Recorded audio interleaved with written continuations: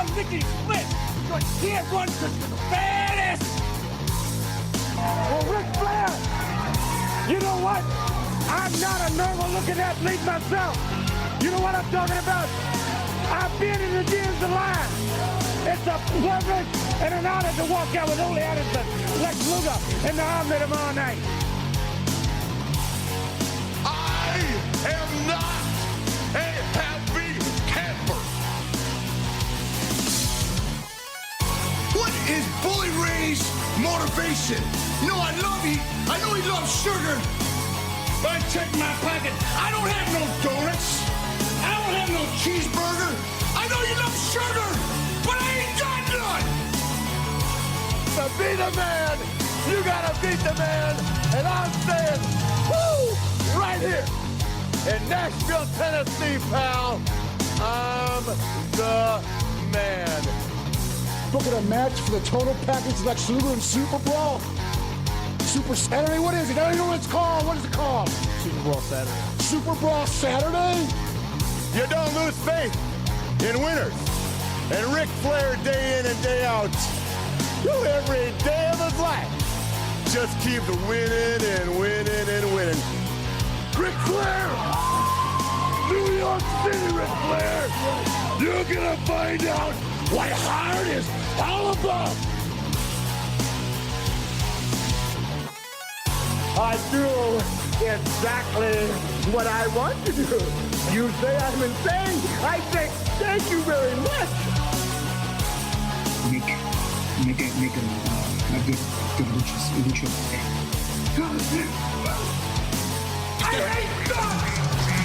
Hit the deck! Yes! We love you, Scott Steiner! Today, woo, I've got the star and profile like never before. You guys talk about being students of the game. I am the game, JR.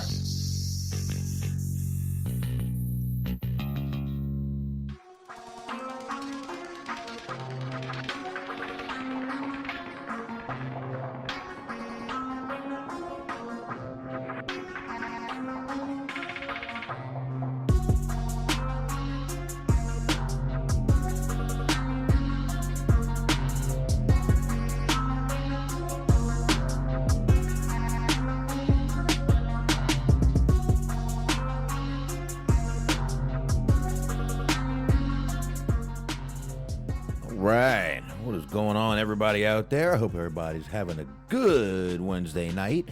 I'm much more sober than I was Friday. I apologize for Friday night, everybody. What can I say? The shots hit me hard.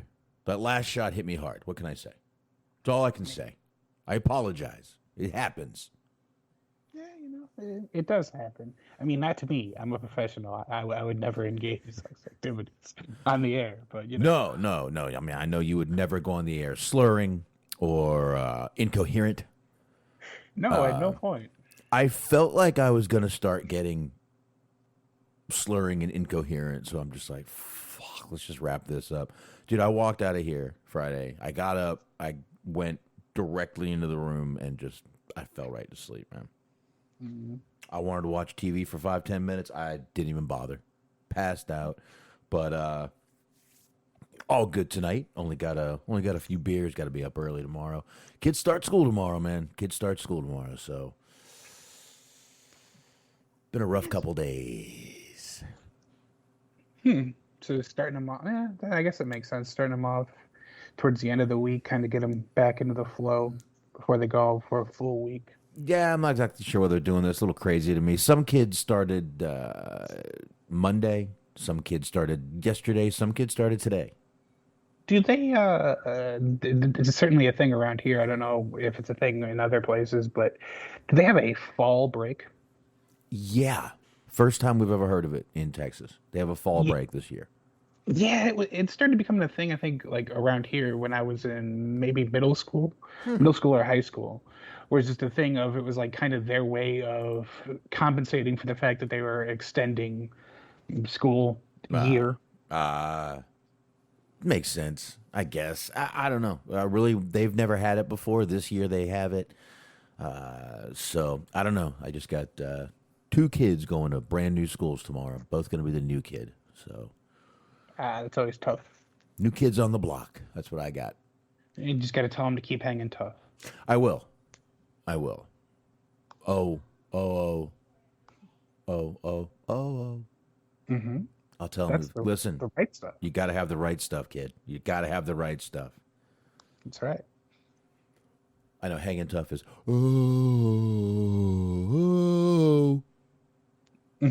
hanging tough. I don't ask. Anyway. I was going to say we can't do this bit for that much longer because those are the only 2 songs I know. We've exhausted my knowledge of their repertoire. They had a slow song, and I forget the name of it, though. Couldn't tell you. They did. They had some ballad, of course, because, you got to have them all doing the grabbing air. It was those times, the air grab. No one does that. Yeah, that is sort of a thing that has been lost to the sands of time. Yeah. They were just still doing that a little while towards the end of early 2000s when the whole boy band craze was going on. Yeah, man. It would make music better, I think. A little more air grabbing. I don't know why. It just might. But anyway, I guess we can go ahead and knock plugs out. Yeah, we can do that. Give me 1 second here. I'll go ahead and get those pulled up, and we can go ahead, and I will get this. It's the same song from Friday, but I don't even remember what I played Friday night. I don't know. We shouldn't have done 4 shots before I had dinner. That's what happens. You do 1, suddenly my shoulder feels better. I do 2, suddenly my shoulder and my neck feel better. Next thing you know, I'm like, I need to eat. And we're 4 shots in, and then 4 shots after I ate, which I didn't eat that much. Oh, yeah, I get it. I don't eat a lot when I drink either. I had a fucking can of spaghetti. So, yeah, that's what I ate for dinner. One of the cans of spaghetti. So, I don't know. It was, like I said, it happens. But won't happen again. I'll try to space them out really, really far apart. If it's there you go. There's a promise that's more realistic to keep. I'll try to space it out nice and far apart, so it's not like 1 week after another. But my fucking shoulder's been hurting so bad that drinking just makes it go away. It loosens it up, and next thing you know, I'm like, holy hell! It's been all day. I've been up since 5:30 in the morning usually, and once the pain goes away, man, it's like, whew, thank God. Let's keep doing this. Right.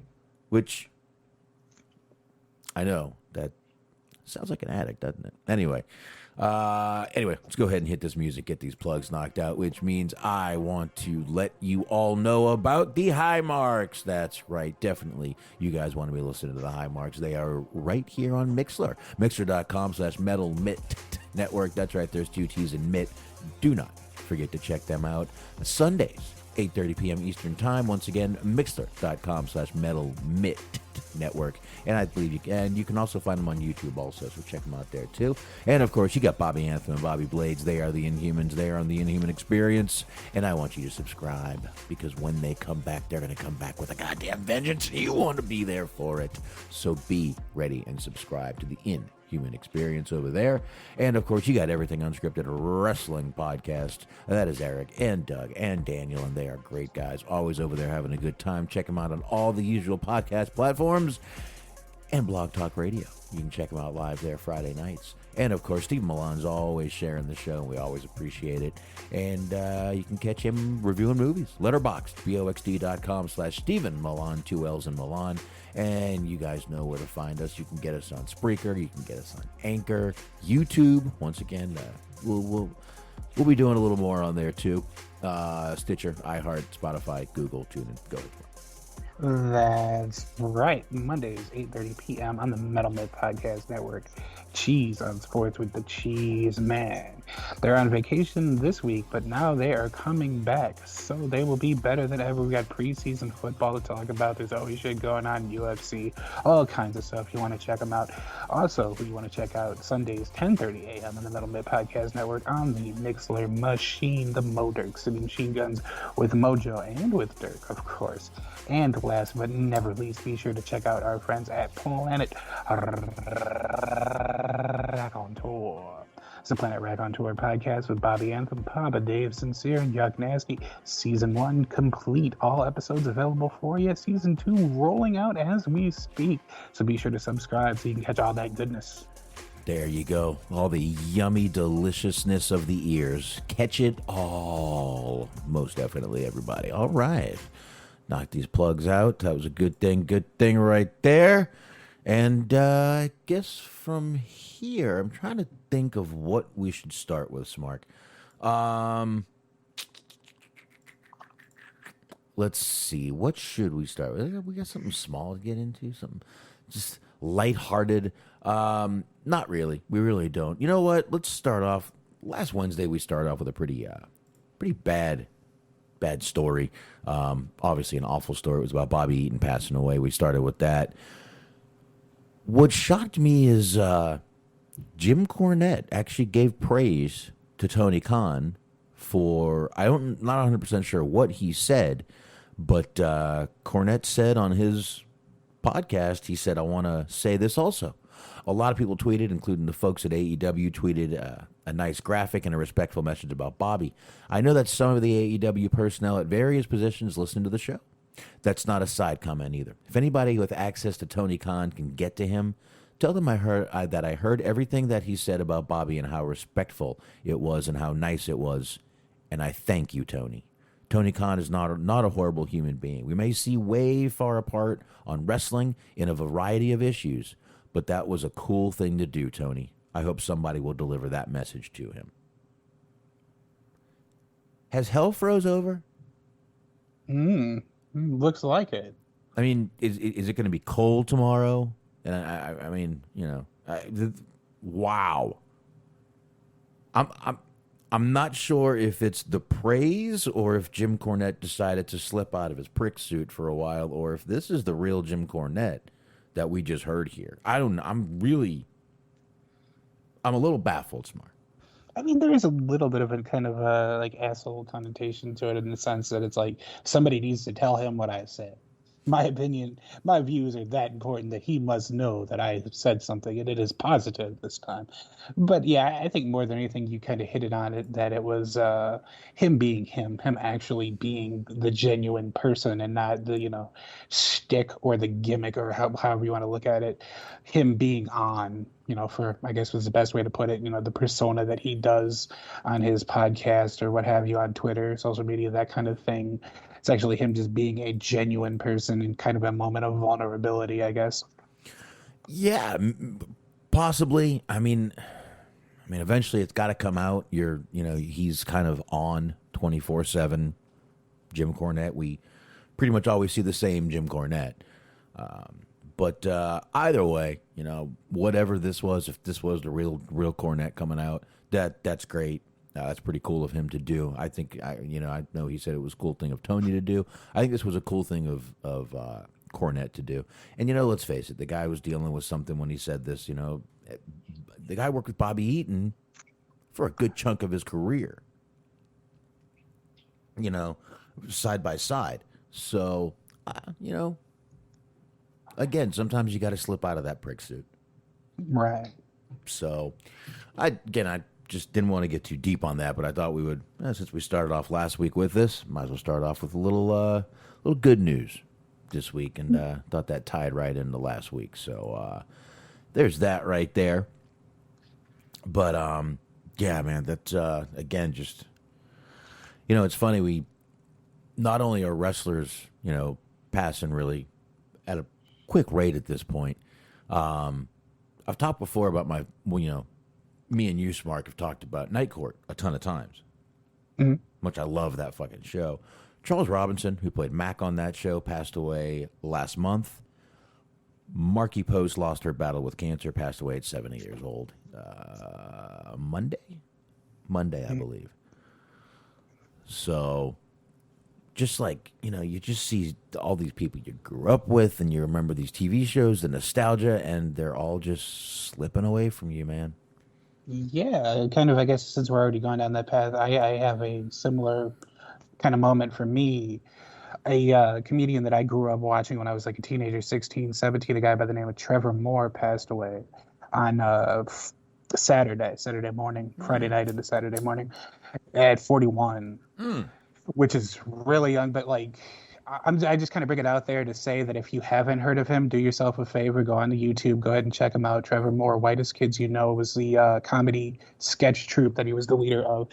And I just remember, like, I didn't discover Mitch Hedberg until he passed away, and I discovered him because I kept seeing all these people saying these like tremendous things about how funny he was and just, you know, his ability, his talent, and it made me want to check him out. So I feel like, you know, it's kind of my way of being able to pass that on to people if you haven't, you know, this is sometimes, unfortunately, you don't get to discover people until they're already gone, but, you know, like, do yourself a favor and check him out. He's a really funny dude.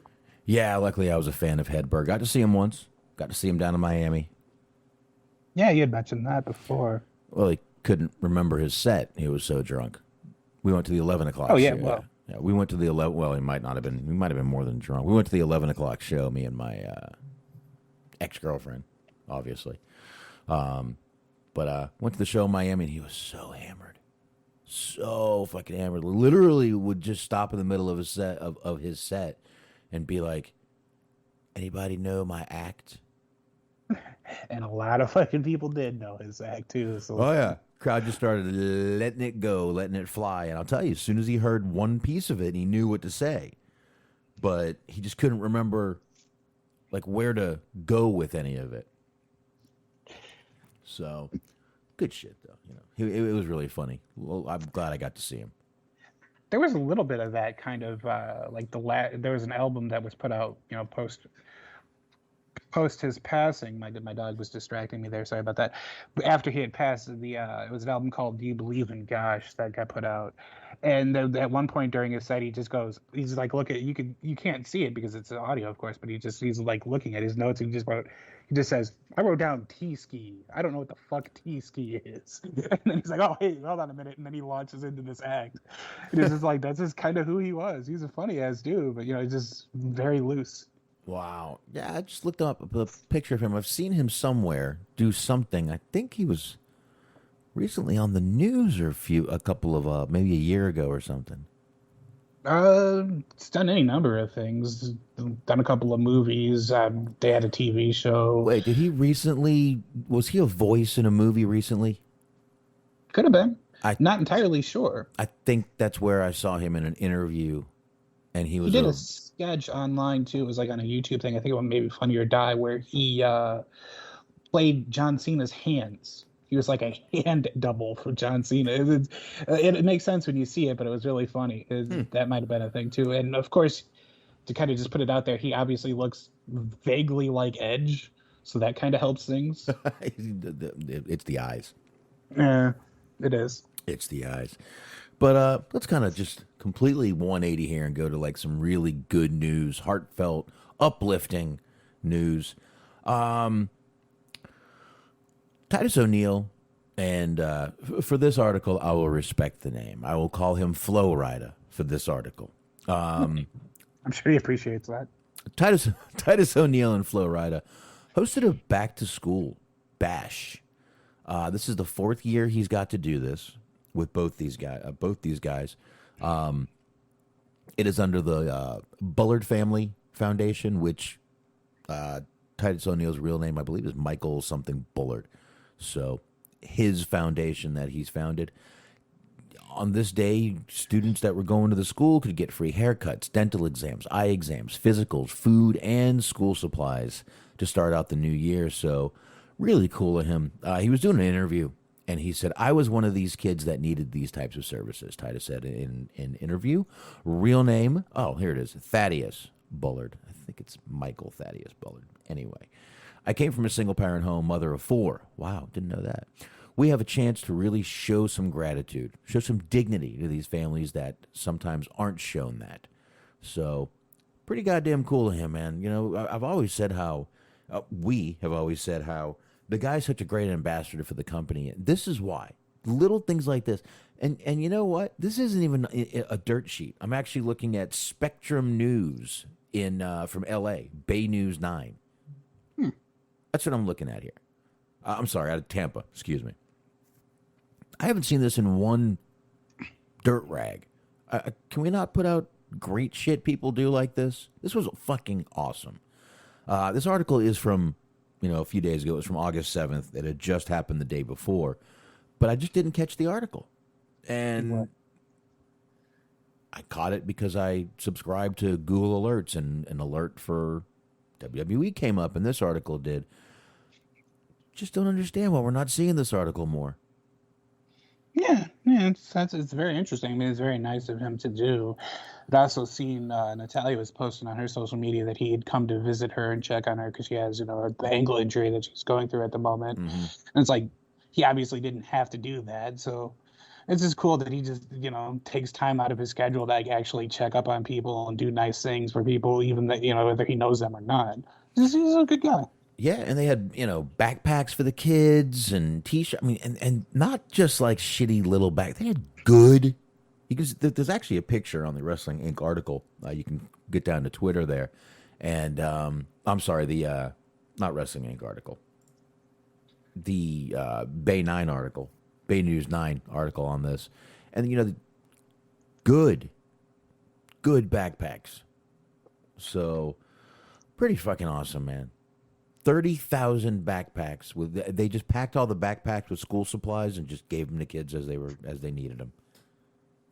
Great. Nice. Good shit, man. Like I said, this guy is such a good ambassador for this company. You know what?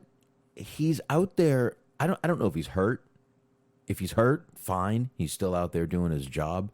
Probably more than most. He's not sitting and catering every goddamn week just waiting for something to happen. He's out there getting shit done. He's representing the company. And like I said, man, you can't find a better ambassador, especially someone who has his own charity and does stuff like this with it.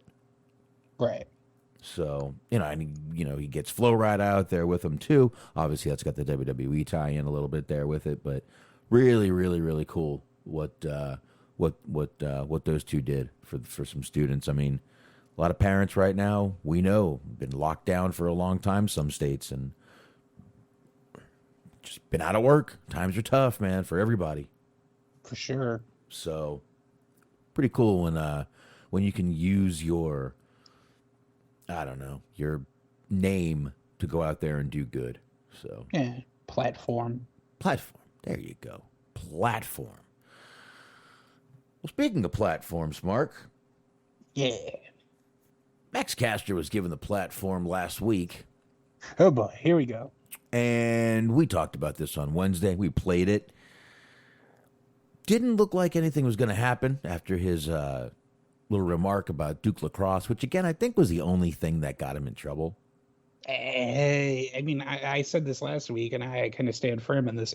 Really depends on who you are and who you ask. Because it seemed like everyone took umbrage with something different.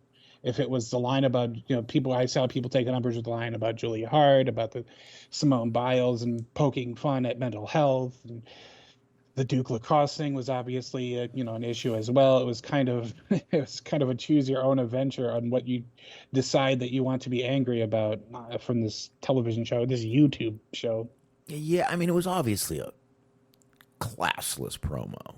It really was. It was tasteless, classless, but I think the main thing that got him was the Duke Lacrosse thing, which he made a joke about, but those guys were found innocent. Not only found innocent, they found that it was pretty much all just made up.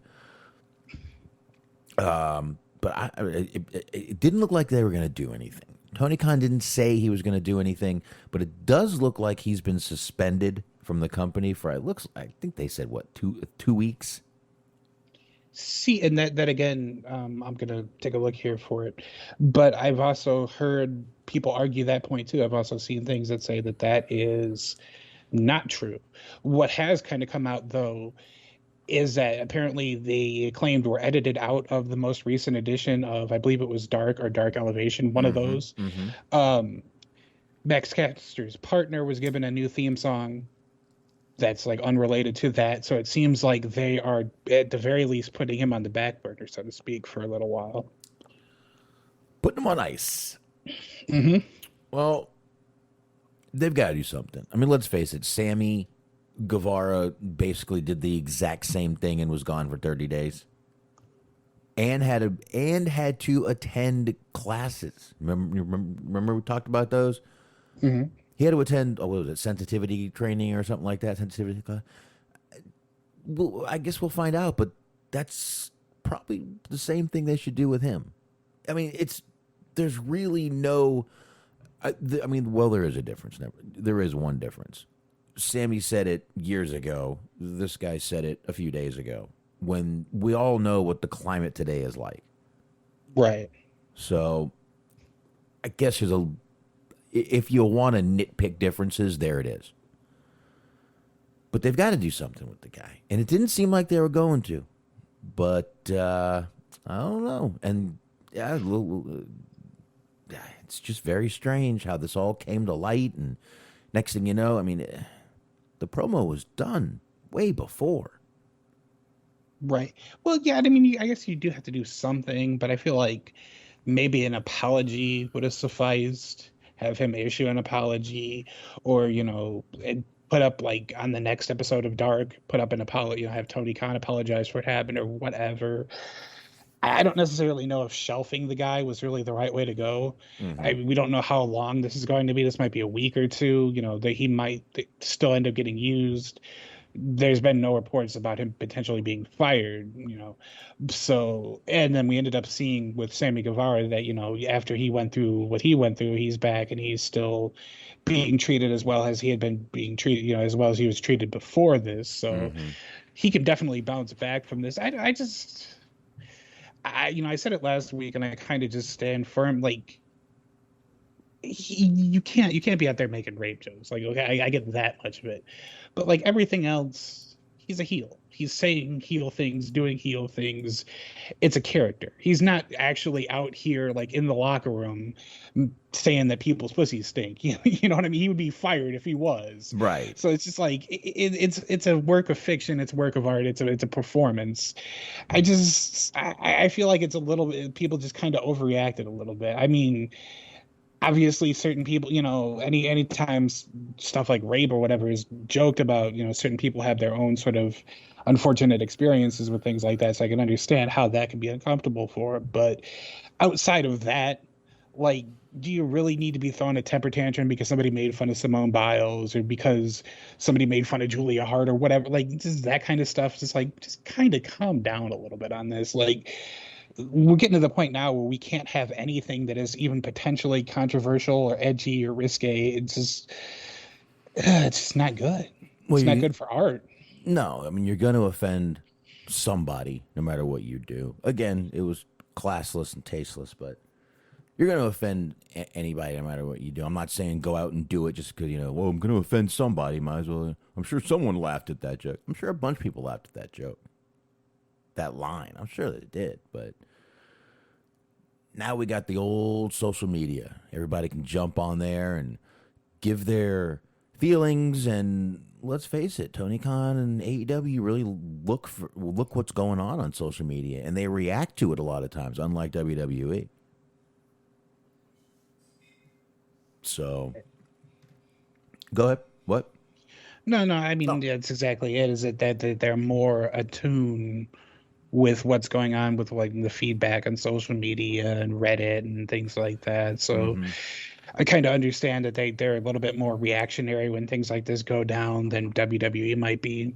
Because, obviously for a while there, they were still using Velveteen Dream for quite a bit.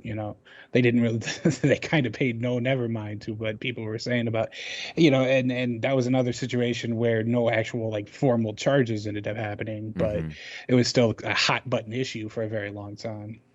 Yeah, definitely. But I mean, even just accusations are getting people thrown off. I mean, Velveteen Dream was on a show. The guy caved in and let him, canceled the match with him on it. Cancel culture, man. Mm-hmm. It's not a myth. It is real. Yeah, I don't understand what makes certain people feel like they're qualified to be the judges of morality and what is suitable in terms of content and media for other people to consume. Like, that's a kind of sort of narcissism that is just absolutely, it's not relatable to me. No, I don't really get it. I mean, I'm not I'm not offended by a lot either. So I guess that makes up for some of it. People say stupid shit. And unfortunately, people have the right to say really dumb stuff and be assholes. Not illegal to be an asshole. Yet. Yeah, as evidenced by the fact that I am currently here and not in the state penitentiary. I'd say like a lot of us would be there. A lot of us. So I don't know. But again, you're right. We don't, like you said before, though, we don't know how long this little Max Caster thing is going to go on for. I don't know. But like I said, they had to do something with all the backlash they were getting. Something had to be done. They had to do something. Again, maybe they're just letting them take a rest until the shit cools off, and then they'll let them come back on. Who knows? Hopefully. Because, I mean, he's definitely talented. Mm-hmm. Like, he's apparently he's not quite the young buck, pun intended, that I thought he was in being 32, but it's wrestling. So being 32 in wrestling, you still have presumably 15 to 20 years of your career left if you don't get seriously injured. There's a lot of time and energy, potential for him and for that tag team in general. And right. I just hope that they stick with him and they don't, fire him because of this. Yeah, I hope so too. And it's funny, Tony Khan's like, we're going to prevent this with me editing the show. Well, I think he's going to learn from this moment, and you're not going to. I wouldn't doubt if the rapping stopped completely. Well, yeah, that's the thing. Is like you can't. I don't like. You're going to almost have to have him come up with another gimmick, because you can't. Well, you can have him like come out here and like be doing Sugar Hill Gang style shit. Like, I'm Max Caster and I'm here to say it's fun to respect your opponents in every which way. Like, you're not going to have him do that shit. Like, you can't have him out here just like doing like corny Will Smith or like we just talked about Lowrider type shit. I was about to say that's happy rap like Will Smith. You should. I like that one, Smark. Keep going. I'm joking. I dare not to. Yes. You don't have to. I'm joking. It was very good though. I like that. It was nice. That was good. But yeah, I could. Yeah, you're right. You're right. It's either going to be completely kiddie bullshit or just stop doing it. Just stop. It really. It's not like they're so ingrained. Oh my God, we've known him for so long for doing these raps. Now we gotta. Now he's just going to stop out of nowhere. No, it hasn't been that long. I think we'll be all right without him. Right. I'd live. Yeah, and I think he can get over without it. Like I said, he's a talented dude, so it shouldn't be that hard to come up with something else. And plus, I mean, if I was him, I think I would want to come up with something else, because from now on, like even the slightest little like potentially off-color line is going to be met with just the fucking ire of just the fury of a million suns from certain people, and it's like after a point, it's kind of just not even worth it. Yeah, I get. Yeah, you're right. I mean, now you're like, all right, well, what can I say that won't offend someone? Well, nothing. Oh, okay. So why don't we just stop this shit then? Right. Let's just give up on this whole thing here. Which I was worried was going to happen last week, and unfortunately, it seems like that's going to be what happens. So that sucks. But hey, I mean, I understand. You got to do what you got to do. You want to keep your career going. Yeah. I guess you. If you want to eat, you do. Mm-hmm. That's just the way it goes. Let's see here. Oh, that's a tab that does not need to be up there anymore. Let's Smark, you got a few over here. Go ahead and check those out as I'm looking through some stuff here. Yeah, I do. I got a couple of things here. I'm going to go ahead and bring some of those up here, but there is a lot of stuff going on. I guess we'll get this one out of the way as I fucking Messenger decides not to cooperate with me. But we talked a little bit about Tyler Breeze last week. Mm-hmm. And we're going to go ahead and double down on that because there's more from Tyler Breeze. This is from WrestlingNews.co. Mm-hmm. This is Tyler Breeze on his release. Going to AEW, how Lance Storm taught him to be smart with his money and more. So anyways, this is basically, I'm trying to find the quote here. This is interesting. He said, I was preparing to get fired the day I got hired. There was a lot of life to live after wrestling. I immediately started to make a plan, got ready. I remember looking at contracts. When I first got my contract, you had a 3 or 5 year developmental contract. But then I signed my main roster contract. I went, okay, I've got 3 years realistically. In a perfect world, I will last 3 years. I don't want to have to sign it. I would like to, but if I don't want to, I won't. I want the freedom to say no. By the time 3 years came up, I went, I don't have to, but it's good. Things are going okay. So I just signed it and went, okay, cool. And by the time the next one came around, it was a very different scenario. It was, you don't need me, I'm going to leave kind of thing. At that moment in time, I was not happy. All they said was, I'm sorry, we can give you more. I'm sorry, we can give you more money. I said, I've been really smart with my money. I don't need more money. I go to the airport and turn around because I'm not happy at work. That was when I had the conversation to go back to NXT, but I was ready to leave right then. I had accomplished everything I had wanted to achieve by having that goal of the freedom to not sign the contract. When you sign that contract, you know what you sign up for. If you're not happy, then please don't sign. Breeze was asked, and this was, well, actually, yeah, we'll go ahead and go back to this, but that was kind of interesting. Just, they know.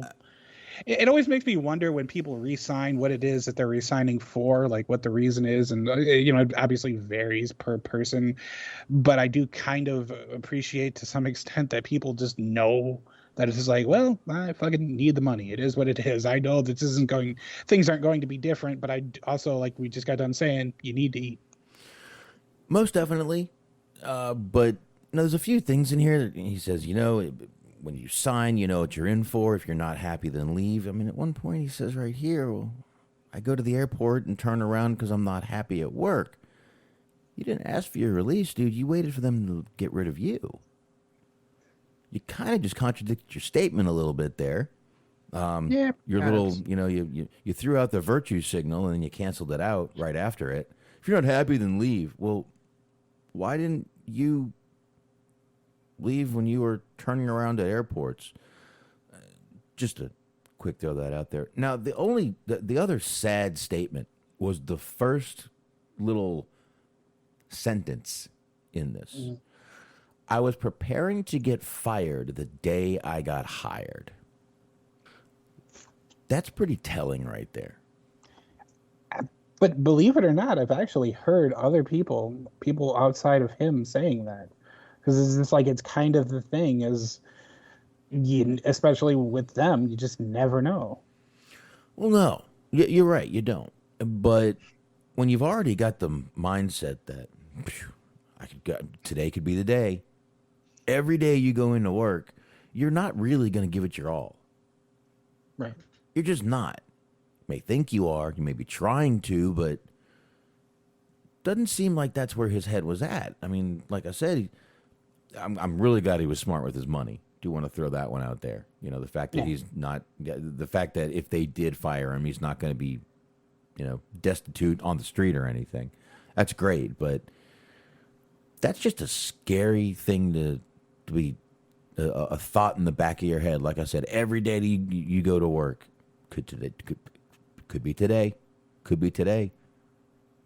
And like I feel like that's definitely reflective, especially in NXT, but perhaps in Raw and SmackDown too, of what the mind state has to be, especially right now, in lieu of everything that happened Friday, in lieu of the firings that happened, even like a month or two prior to that, all of the mass firing sprees that they have been going on the last couple of months, where it's just like, you don't know at all. And like you said, that does have to affect you. That has to affect you mentally. That has to affect your performance. Like, I wouldn't be surprised if there's motherfuckers losing sleep over this. You know what I mean? Because like, you don't know, your livelihood could be snatched away from you, in the span of a couple of seconds, in the span of just a phone call. Yeah, and I know some of you are probably yelling right now. Every job you can be fired any day. You're right, you can, absolutely. But your dream job, dream job is a little different. I mean, you're working pretty much anywhere, and it any day. I mean, the company could get sold one day. People don't usually talk about that until it's a done deal, and then next thing you know, they're restructuring. Anything can happen. Absolutely. Right. But just going with that mindset every day would eventually really eat away at someone. And then maybe that's why maybe he just didn't have a good morale backstage. Of course, like we've said before, WWE is, the beatings will continue until the morale improves. I can't blame him. Right. But so, I'm sorry.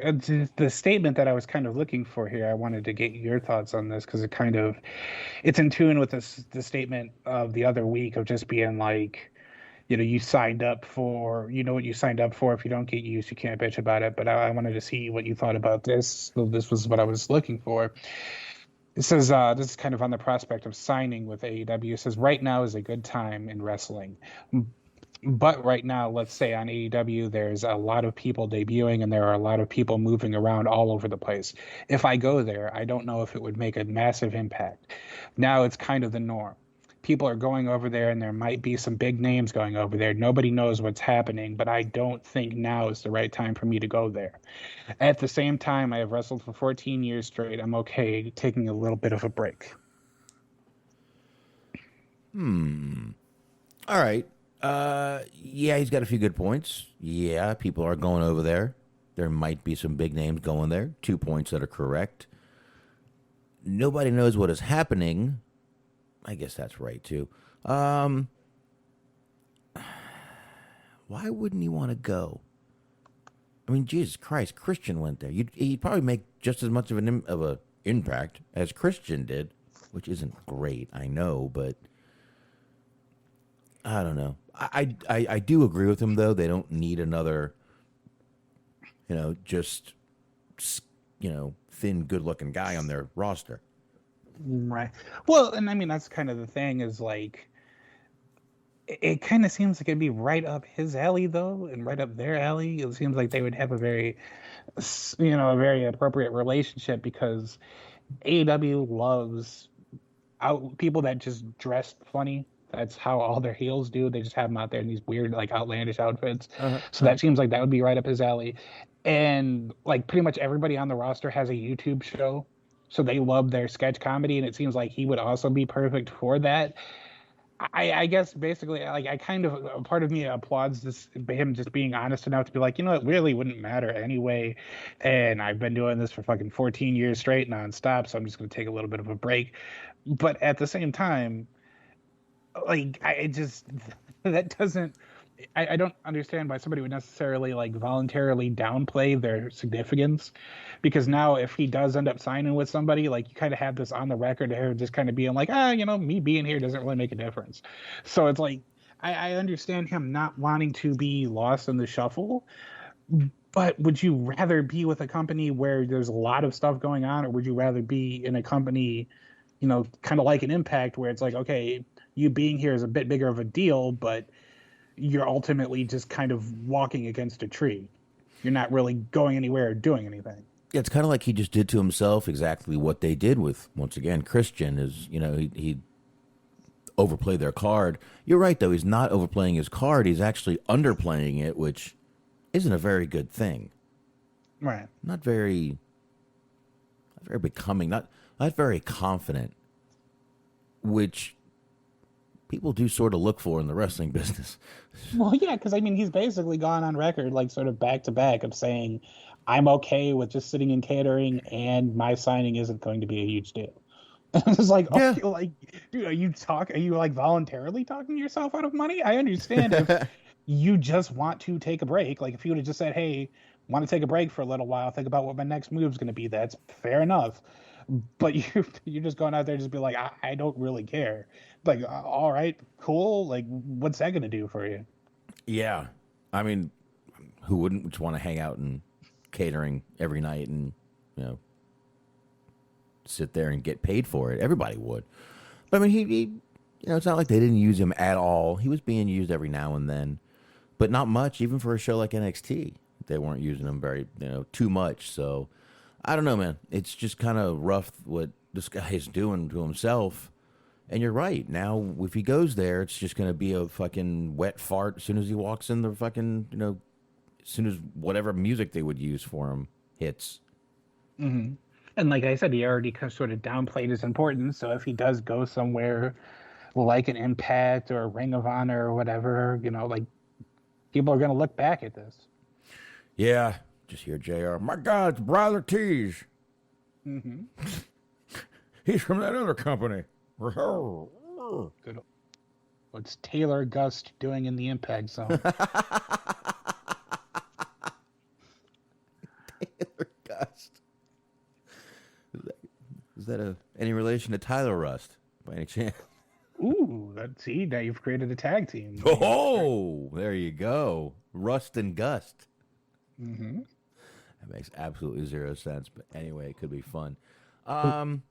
Actually, you know, before he got signed, he was competing as Rust Tyler. So, like, now that he got fired, like, that's just an easy thing. You can just go right back to doing the switch. Yeah, I guess so. And as long as WWE didn't fuck with it. Oh, that's another thing. I don't know. Yeah, we'll have to talk about that sometime. Well, I mean, not a huge thing to get into. We can run with. I don't even have an article pulled up, but I believe you're talking about the Chelsea Green thing. Yes. Yeah, she was. I didn't realize this, but she was in a little battle with WWE over her birth name. Over her fucking birth name, she won. They actually backed off. They right. The WWE backed the fuck off.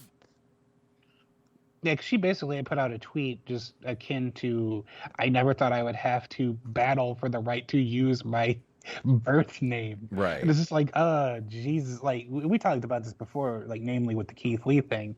It's just, like, I understand kind of why they're doing it, but, like, it's still just creepy. Like, the idea that they want to own people's identities. Like, it's almost like kind of like going there is almost like selling your soul at this point. Like, they literally want to own you. Like, there's just something kind of dystopian and weird and just gross about that to me. I don't know. Well, I mean, I see as a business what they're doing. They don't want you to be able to take that character that they put money into, they put production into, they put merchandise into. Say you get big. And they do all that for you. And you can't just walk out the door, wait your, 30 days, 90 days, whatever it may be, and walk right into a company with that name using their logos, their merchandise, their likeness. I mean, I see as a business where they're going, but when it comes to someone whose birth name, y'all really thought you were going to win that one? Yeah, I mean, I totally understand it in situations like, and it's weird that this is the first thing that comes to my mind, but like when the Ultimate Warrior went to WCW. Okay, he's not, or he wasn't at that point. His fucking crazy ass tried to make his real name the Ultimate Warrior, but at that time, he was not the Ultimate Warrior. He was Jim Elwood. You know, and so they can't. I understand not wanting them to use an intellectual property, like you said, a gimmick, a name that they created, and logos and whatnot, branding that they created. Like how when Nash and Hall went to WCW, they weren't Diesel and Razor Ramon, they were Nash and Hall. I get that. Those are characters that they portrayed.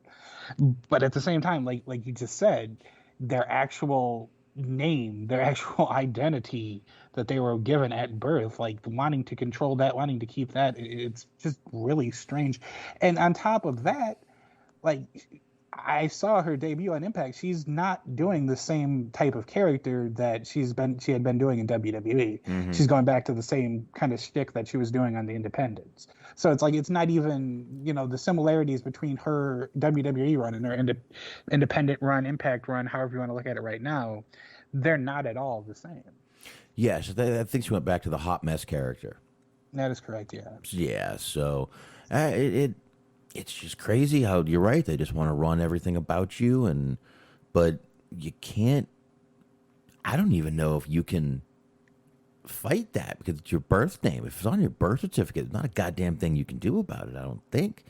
I mean, it's kind of like selling your soul to the devil. Mm-hmm. Once you sign, you're fucked. But I just don't see how they could even own a name that. And maybe they did trademark it at one point. Maybe she allowed them to do that. But they might have also abandoned the trademark. But they backed down, which, holy shit, imagine that. Right. They're too busy firing other people to bother wasting their time and resources with this. They had a lot of garbage bags that they had to FedEx. That lawyer must have gone on vacation or something, because most lawyers would have been like, well, I know we can't win, but let's rack up some fucking charges for you anyway there, Mr. McMahon. Mm-hmm.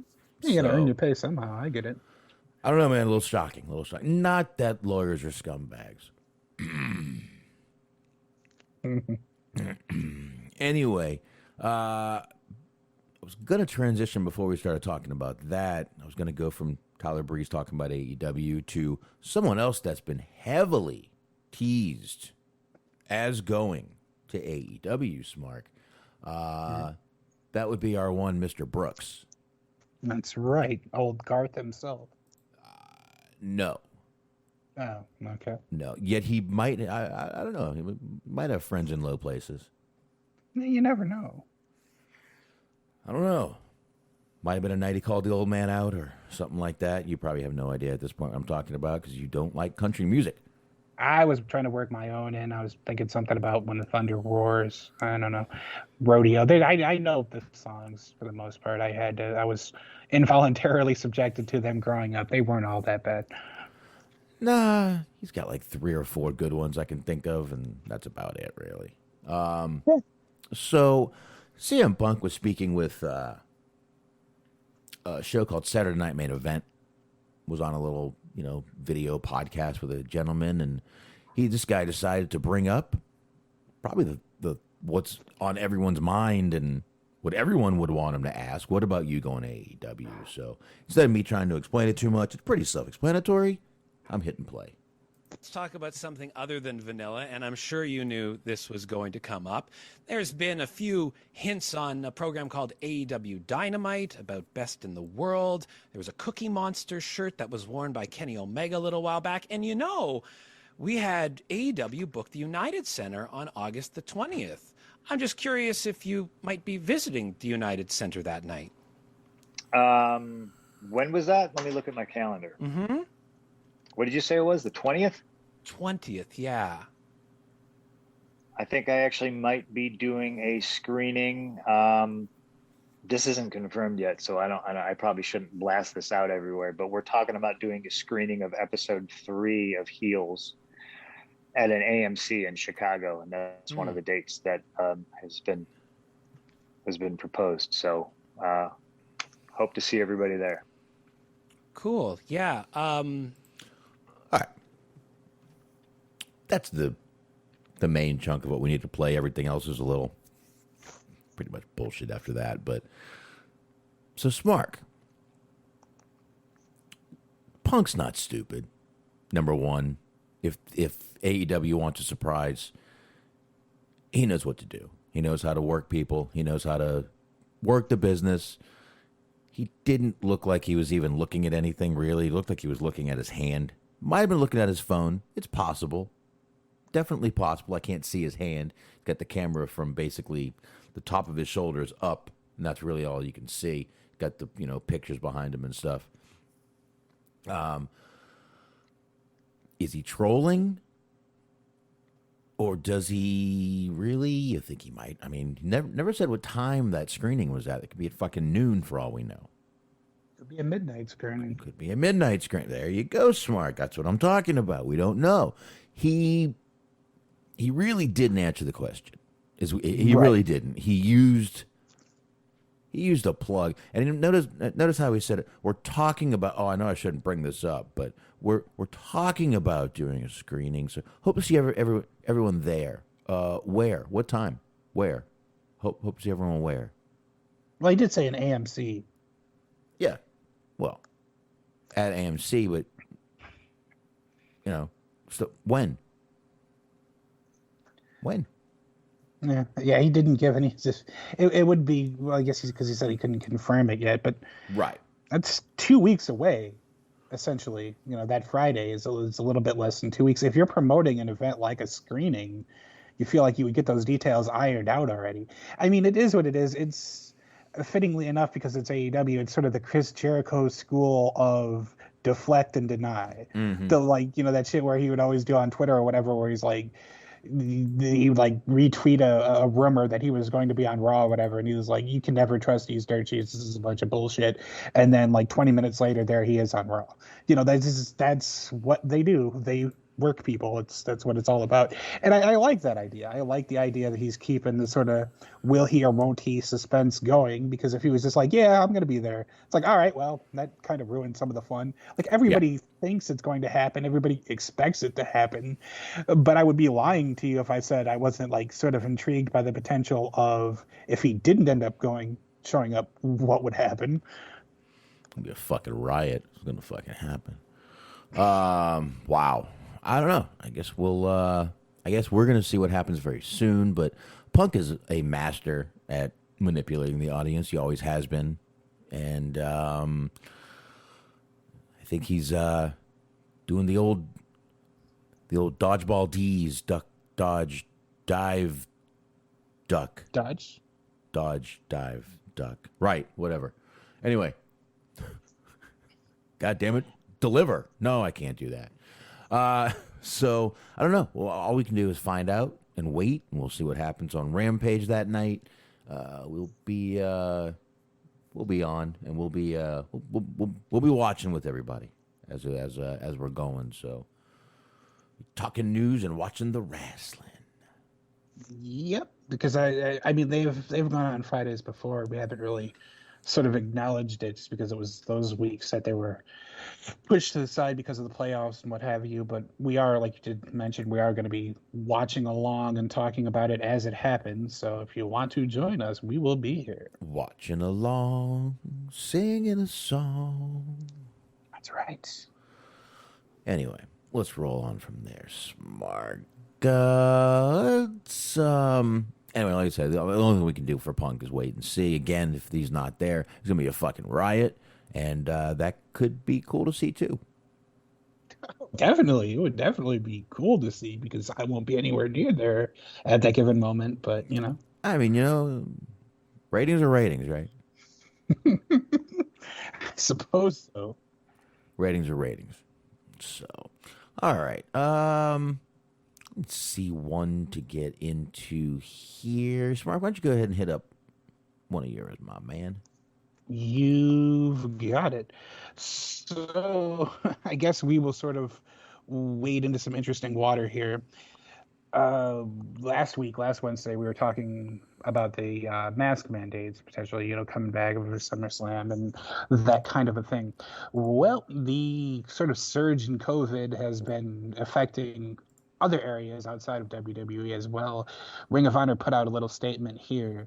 It says, due to the recent COVID surge in Florida would be more appropriate. We need proofreaders here, guys. Ring of Honor is moving the site of the Death by Dishonor pay-per-view event. Details to follow shortly. That's what I get for making fun of other people. Your safety, health, and well-being remains our top priorities. Thank you for your continued patronage. That was the first little thing that they put out. And then the second thing that they put out here on Twitter, this, in the meantime, while that loads, the show was scheduled for September 12th. So there's still a little bit of time, but they put out a tweet that said the Death Before Dishonor pay-per-view on Sunday, September 12th, there you go, has been moved to the 2300 Arena in Philadelphia. And of course, the former home to ECW. The old bingo hall. That's right. Yeah, the old bingo company. So, okay, I get what they're doing. I see. There is a little spike in cases in Florida. Cases, yes. Deaths, no. Because they've done a pretty good job down there in Florida of vaccinating. So, cases, yeah, I believe it's... I believe if you were to look at cases, it would be Texas first and then Florida. But it's also two of the largest populations. And let's face it, Florida has probably the highest count of elderly of any state out there right now. So, you know, and they're... nursing homes all over South Florida, especially nursing homes all over. So that's why. But I mean, if you were to look at deaths, Florida's like 25. Philadelphia is higher than Florida. Pennsylvania, I mean, is higher than Florida in deaths. So I mean, you got New York, New Jersey, Massachusetts, Rhode Island, Mississippi, Arizona, Louisiana, Alabama, Connecticut, South. I can keep going. Florida's way down on that list. Kind of made me start thinking about the old Animaniacs song that was used to so kids could remember their state capitals. Oh, I didn't know there was one. No, there certainly is one. I can't sing it because I don't remember it all that well, but it literally is exactly what it sounds like. They list all the state capitals. I think maybe in alphabetical order, but not sure. Probably. I've never heard it. But again, I see what they're doing. I'm gonna go ahead and say it. It seems a little bit of a virtue signal to me. I mean, reactionary. Maybe I could understand. You know, they're a company that, even though they do have sort of the St. Clair backing, they can't afford to be getting sued. You know what I mean? Like, I don't blame them for being overly cautious. There probably is an element of virtual signaling. I don't know what that is. Virtue signaling involved in it, but I think more than anything, it's just they're trying to cover their own asses, and I don't necessarily blame them. Mm-hmm. I just think it was a little bit interesting, though, because we've talked about the potential of, you know, WWE going back to Thunderdome, AEW maybe having to do something. This is sort of the first instance of the sort of second wave of shifting things around because of the surge in the pandemic. Mm-hmm. Yeah, and listen, I'm not denying. Again, if you go to, and I was right about that. I actually went up. I scrolled down, and there's cases right below this, and yeah, it is Texas, then Florida. So again, the fact that they're owned by, like you said, Sinclair is probably a huge factor in this. ROH might have left the show where it was, but when you are told what to do by your owners, you do what you're fucking told. Mm-hmm. And, you know, listen, they got a whole new venue for it. They're going to go. They're still going to do the show. They're going to have to give refunds, obviously, in Florida, unless someone wants to decide to just travel up to Philly for no reason. Well, that reason. Yeah. So, but again, I see what they're doing. Whatever. You do what you want to do. I'm just particularly tickled by the idea of somebody taking an extensively long road trip just so that they can have their God-given right to chant "This is awesome." It's like, people need to know what is and what isn't awesome, and it is my job. I'll tell you what's fucking awesome. Mm-hmm. I will tell you when this is indeed wrestling. Goddamn right. I think it's so sad that we've never heard a "This isn't wrestling" chant reserved for a particularly shitty segment or match. Well, if we didn't hear it in Chikara, we're probably never going to. Suppose not. Ooh, sorry about that. Yeah, well, I'm used to it. Meanwhile, now that you said that, you're going to get, a Facebook message tomorrow of just Mike Quackenbush crying and apologizing to you for not properly entertaining you. I'm so sorry. I didn't know you thought this company was bullshit like that. I apologize. I had no formal involvement in Watergate, but I would like to apologize for it, just to say it. I think the sun was out that day, and I'd really like to apologize for the sun being out. I know it's bright for people, and if anyone forgot their sunglasses, I like super apologize to them because, bright sun, people could sneeze from that shit, and, sneezing is a violent thing to do to the body. So I apologize again. I feel vaguely bad for that guy because he had been out there like grinding and just fucking making his own way on the independents for like 2 decades, and then the last like sort of thing that anybody's ever going to remember is just a 5-minute video of him just like weeping. This is the sad way to go out. I mean, it doesn't sound that way because I'm laughing, but sad times, I guess. Sad times, Mark. I got you. But oh well, let's just move on from that, Smark. Holy hell! All right, good fun there. Good fun. So anyway, Smark, you got one right here you can go for. Yeah, well, there's we got 2 left here on my end. I'm gonna read this one, I guess. This is sort of it's from the Wrestling Observer. It says Dan Lambert's appearance on Wednesday's AEW Dynamite has been pushed back a week, and 2 UFC champions will now be joining him in Houston, Texas. While on Busted Open Radio, Tony Khan said the American Top Team owner will not be on tonight's show in Pittsburgh. Spoiler alert, I'm sorry for people who haven't seen AEW yet. So they can promote Friday's premiere of Rampage. However, he will be on next Wednesday's show in Houston with, quote, not just 1 UFC champion, but 2 great UFC champions with him, according to Khan. Lambert was on the July 7th Dynamite along with UFC star Jorge Masvidal and 2 division UFC champion Amanda Nunes with him. After he cut an anti-AEW promo, let's be honest, he basically went out there and did a Jim Cornette. Lambert was interrupted by Lance Archer, who gave him the blackout.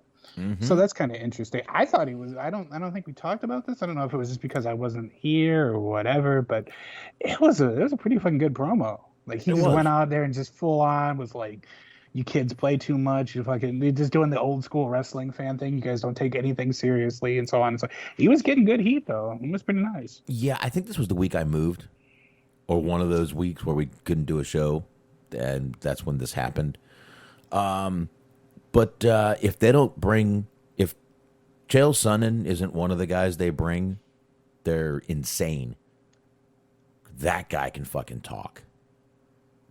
Yeah, I mean, it's sort of vague. I don't know if he means like former champions, current champions, just people of acclaim in UFC. It's going to be interesting, though. I definitely agree with you. I'm kind of surprised that maybe it's a money thing or time thing. I don't know, just whatever, that Chael Sonnen hasn't been used in wrestling in some form or fashion. No, but he can talk. I'll tell you what, if the 2 guys I would personally bring in, let's just flip it and imagine I'm booking this. I would bring in Chael Sonnen and Cormier. Yeah, he's kind of busy right now. I don't know. He might be able to do it, but he's got a lot of stuff going on. But that's not a bad pick either. I mean, those are really the only 2 I can think of right now. I would not bring in Jones. No, he's basically the Teddy Hart of MMA at this point. Doing fucking lines before he walks out there and shit. Just striking people with his car and fleeing the scene. Yeah, as any champion would. Yeah, we don't need him out there, but I'm just not a fan of that, guys. I think he has gotten chance after chance after chance, and he keeps fucking up and fucking up and fucking up, and they keep just forget it. Oh, forget it. Why? He's not worth that much money. I wouldn't think he would be. I mean, Dana got rid of a fucking Riddle, thank God, because we're getting really cool stuff with Riddle.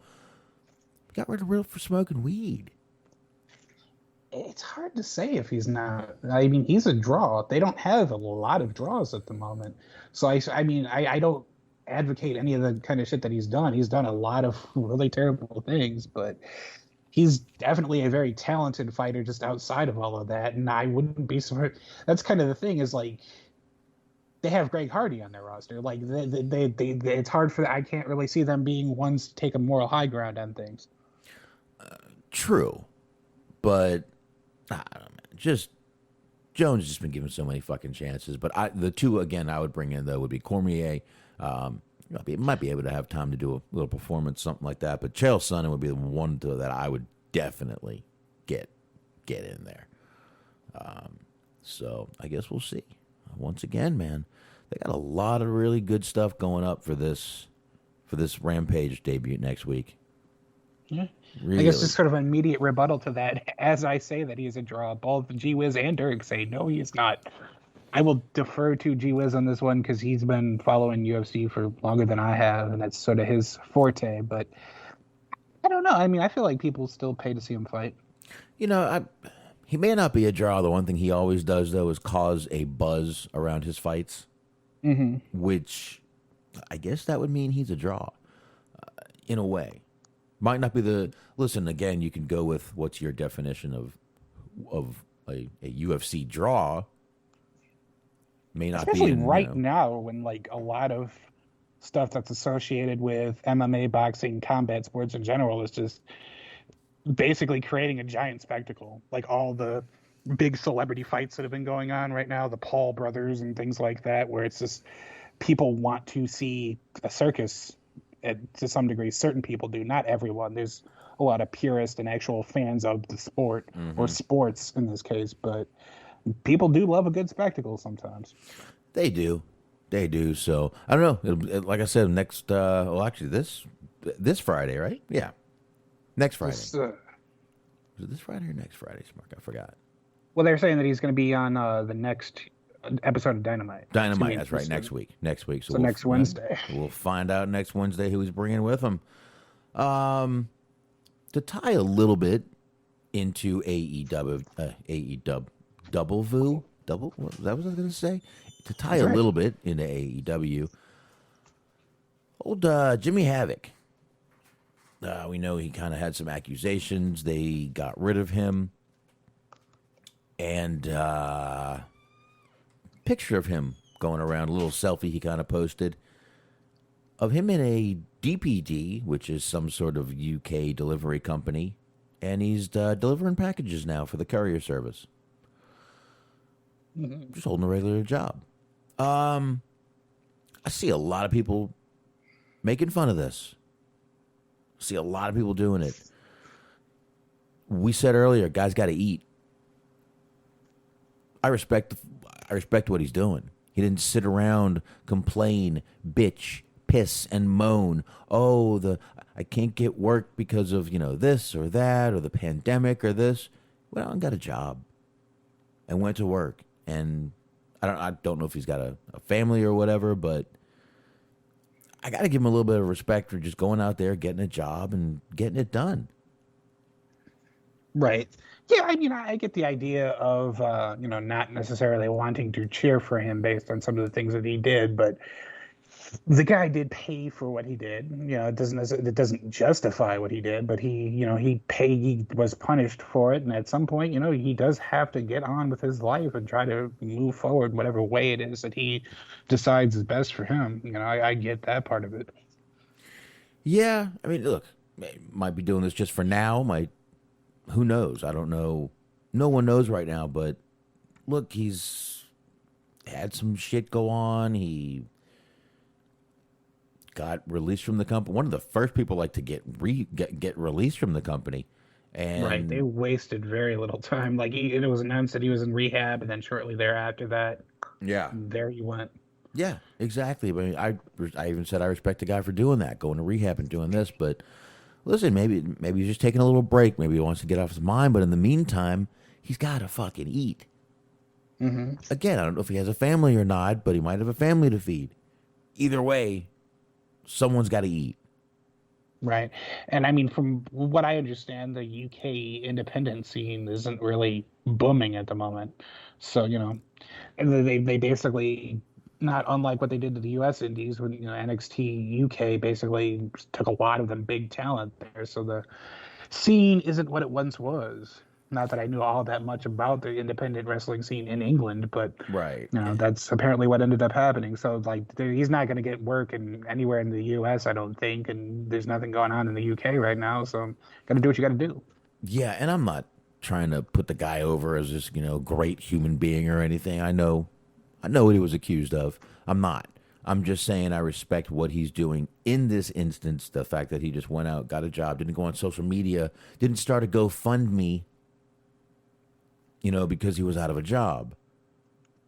Went out and did what he had to do. I respect that. I don't respect the accusations, what he was accused of, just basically being a shitty person to women and being a dick. So I do not approve of that. But Well, now he's handling packages that aren't his own, so I guess that's for the better. He's handling a different kind of package now. So good for him. I don't know. Like I said, good for him, man. Getting out there, getting work, doing what he's got to do. If shit goes, maybe we will see him again somewhere, sometime. I wasn't a big fan of the guy. No, me neither. Yep, I wasn't a big fan of the guy, but I got to give credit where it's due, and good for him for going out there, doing what he's doing. I try not to be somebody that's a stickler for like small guys where it's like, I can't buy him because he's a small guy and he's skinny and he's not a very physically imposing looking guy. Like, it's wrestling. If you're a good wrestler, you're entertaining. It's good enough for me. But at the same time, I have a hard time sort of getting into anybody when I know that like they got punched out by Excalibur. Like, that just, I feel like I would stand a fair, like, I don't think that would happen to me. So I have a hard time like believing that other people could be physically viable in any sort of athletic fight competition thing like that when they're out there getting just put to sleep by fucking Excalibur of all people. Hey, guy could be a tough guy. You never know. Might have a background that you don't even know about, sir. Yeah, I mean, allegedly, Joey Styles allegedly punched out JBL, so I mean, who knows? But well, lots of stories about JBL being a huge bully, and I see people fucking praising this guy all the time. Oh, he's so good, and he does, what a guy! Look what he did for charity. Oh, yeah, well, he's also sticking stuff up people's asses in showers. True, but I digress. And promoting strange energy drinks. My personal favorite story about that was there's a shoot interview that Ivory did, who is sort of a staple of this program, at least in the past.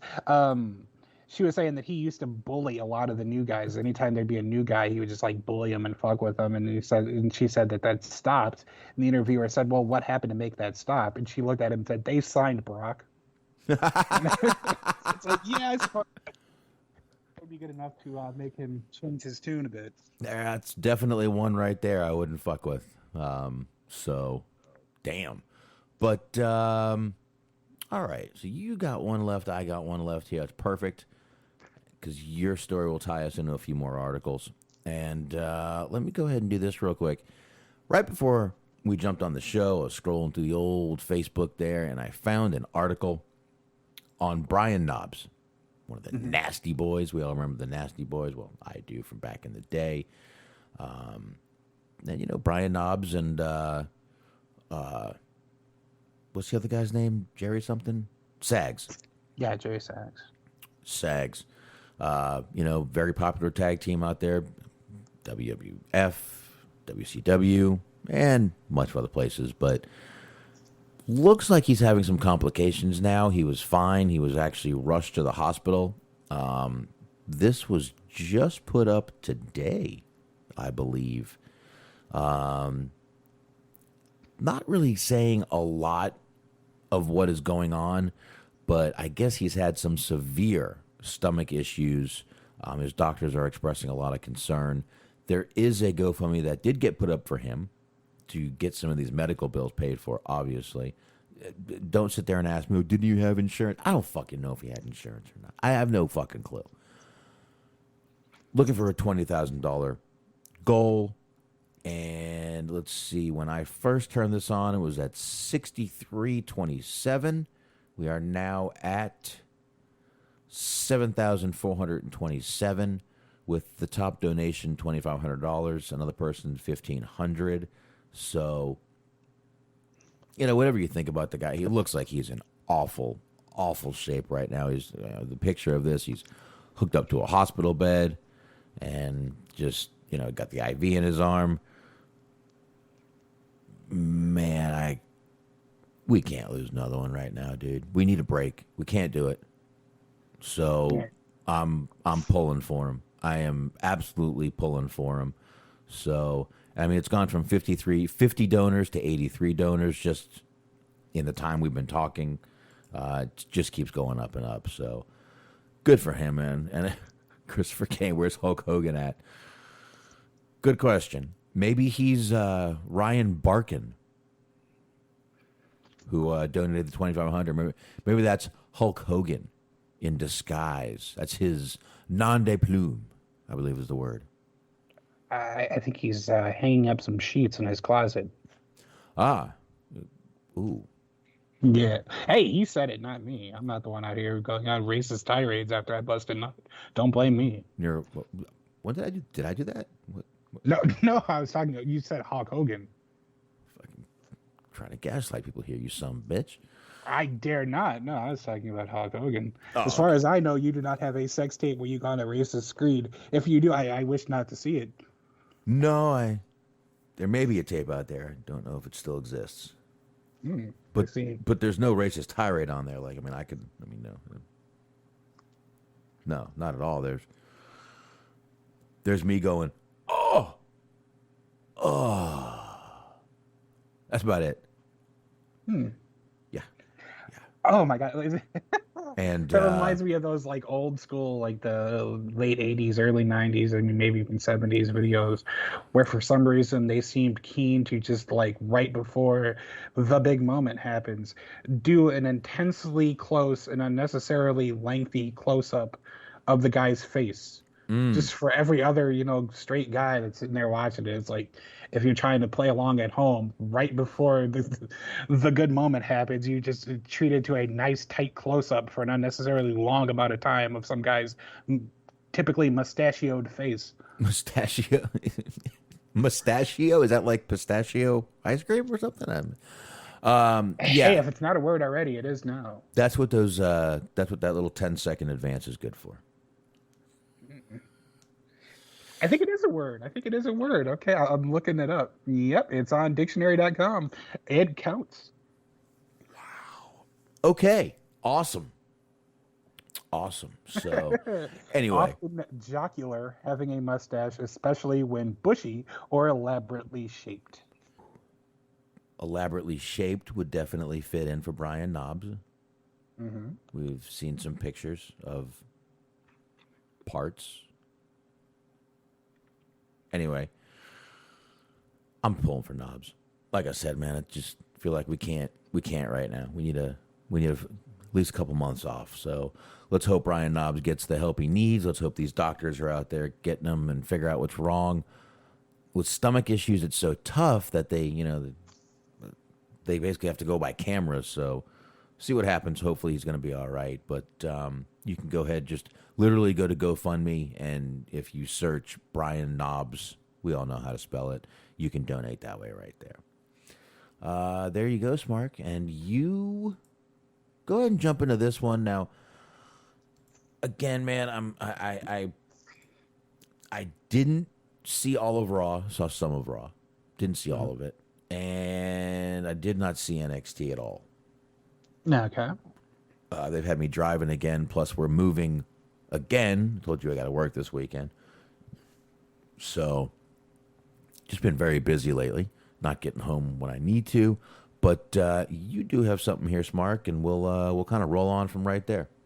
Sure. That's from PW Insider, the old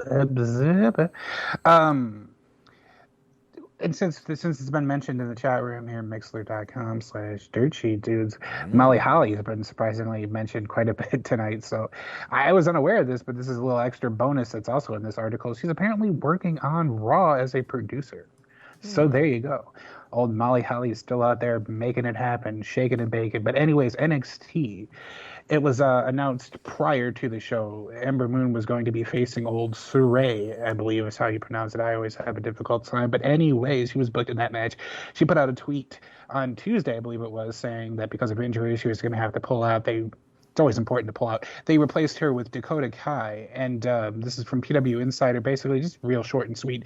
The Ember Moon issue that kept her out of the ring at last night's NXT taping was described by one source as, quote, not serious. Moon was at last night's taping. So basically it's just sort of up in the air as to whether or not her injury was actually serious or if it was just that they didn't want her in that match for whatever reason. Maybe she had the shits. I do kind of like the idea that somebody else that's not her decided that her injury was not serious. Like they do in her, like the parent, where it's like, oh, you're fucking, it doesn't hurt that much. Get up, walk it off. And I like how I like how old Mikey Johnson here puts, described by one source as not serious. He was looking in the mirror as he said that. Like, I, Mike Johnson, have declared that this injury was not serious. But it is interesting, though, because, like, they didn't bring her up when they called up her partner, Shotzi, over there to SmackDown. So it's kind of interesting. And then on top of the fact that they've just been firing people left and right at NXT, even something that's sort of kind of benign as this, seemingly, it's like, you just never know. It's sort of something to kind of keep an eye on at the moment. Yeah. Yeah, it is. And, obviously let's, thankfully we've got Mike Johnson out there to talk to people and figure out that things are not serious. Mm-hmm. Yes, he had a little bit of a conversation with old Andrew Zarian, and they've determined. Oh, no. Well, this was described from one source. I don't know who one source is, but, man, your parents must have hated you to name you that. It actually kind of sounds like a decent rap name. One source? Sounds like a sounds like a goddamn packaging company, to be honest with you. Yeah, that too. Some sort of like business that might just also be a front for the mob. Well, that too. There was a company called Unisource, which made me think of one source. I was thinking of the Source magazine when I said the rap thing. So, there you go. We all have our frames of reference, I suppose. I guess so. I guess we do. But I guess whatever Mike Johnson says, obviously, he's a real good guy, so it's true. But a name you can trust, Mike Johnson. I swear to God, you just quoted the distinguished gentleman. The name you know, the name you trust. Vote Jeff Johnson. There you have it, which is definitely a coincidence because I do not believe I've seen that movie. Really? Let me take a look on the old IMDb. Oh, I can tell you. So. Oh, I can tell you the plot to that. Eddie Murphy is a con man who is named Thomas Jefferson Johnson after the president, and he uses the name Jeff Johnson to get elected to, I believe it's the House of Representatives under that name. And he gets in under the name recognition alone. Just people knew his name and kept voting for him. And he eventually kind of grows a heart and does some good shit. Great movie. Great fucking movie with Eddie Murphy. I'm seeing this came out in 1992, so I don't know if this was just a sign of the times or whatever, but this cast list is very underwhelming. I don't know if these people were big deals at the time, but really not seeing too much anybody outside of Eddie Murphy that would draw me to wanting to see this movie. The guy who played in the show Rock is in there, and I believe he was very popular at that time. Why do I think his name is Charles something? Forget. But he was in Rock. ROC was the name of the show, I believe. But yeah, Distinguished Gentleman is such a good Eddie Murphy. I'm an Eddie Murphy fan either way. But that movie right there was a really good one. Really fucking great movie. And you're right, there's not that many big famous people in it. But there it is. Still a good movie. A damn good movie. And I guess speaking of, since we kind of also got into the NXT talk a little bit, Smark. Couple things I will dive into. Just kind of wanted to tie into going through here. First thing I'm gonna go ahead and do is last week. I forget when this was. This was the 8th. When was the 8th? This was Sunday.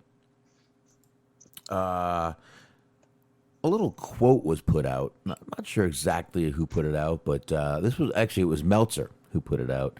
According to Dave Meltzer, and this is on the releases that we're going to be talking about, and the fact that they're looking to completely revamp NXT. According to Meltzer, HBK and Triple H had nothing to do with the releases last week. Instead, it was all Vince McMahon, Bruce Pritchard, and John Laurinaitis. NXT is being revamped to a developmental show with younger and bigger talent. Here's the quote. No more midgets was the directive. They can't be too old or too small. Boy, I will bet Triple H is fucking... Oh, I wish I could be a fly on the wall for these company meetings right now. I'll bet he is fucking livid at this because Triple H didn't care what size you were. He cared what you could do and if you could entertain. He didn't give a shit if you were 5'10" or 5'8". This isn't the fucking police force where you need to be a certain height, a certain, weight. Not the way it works.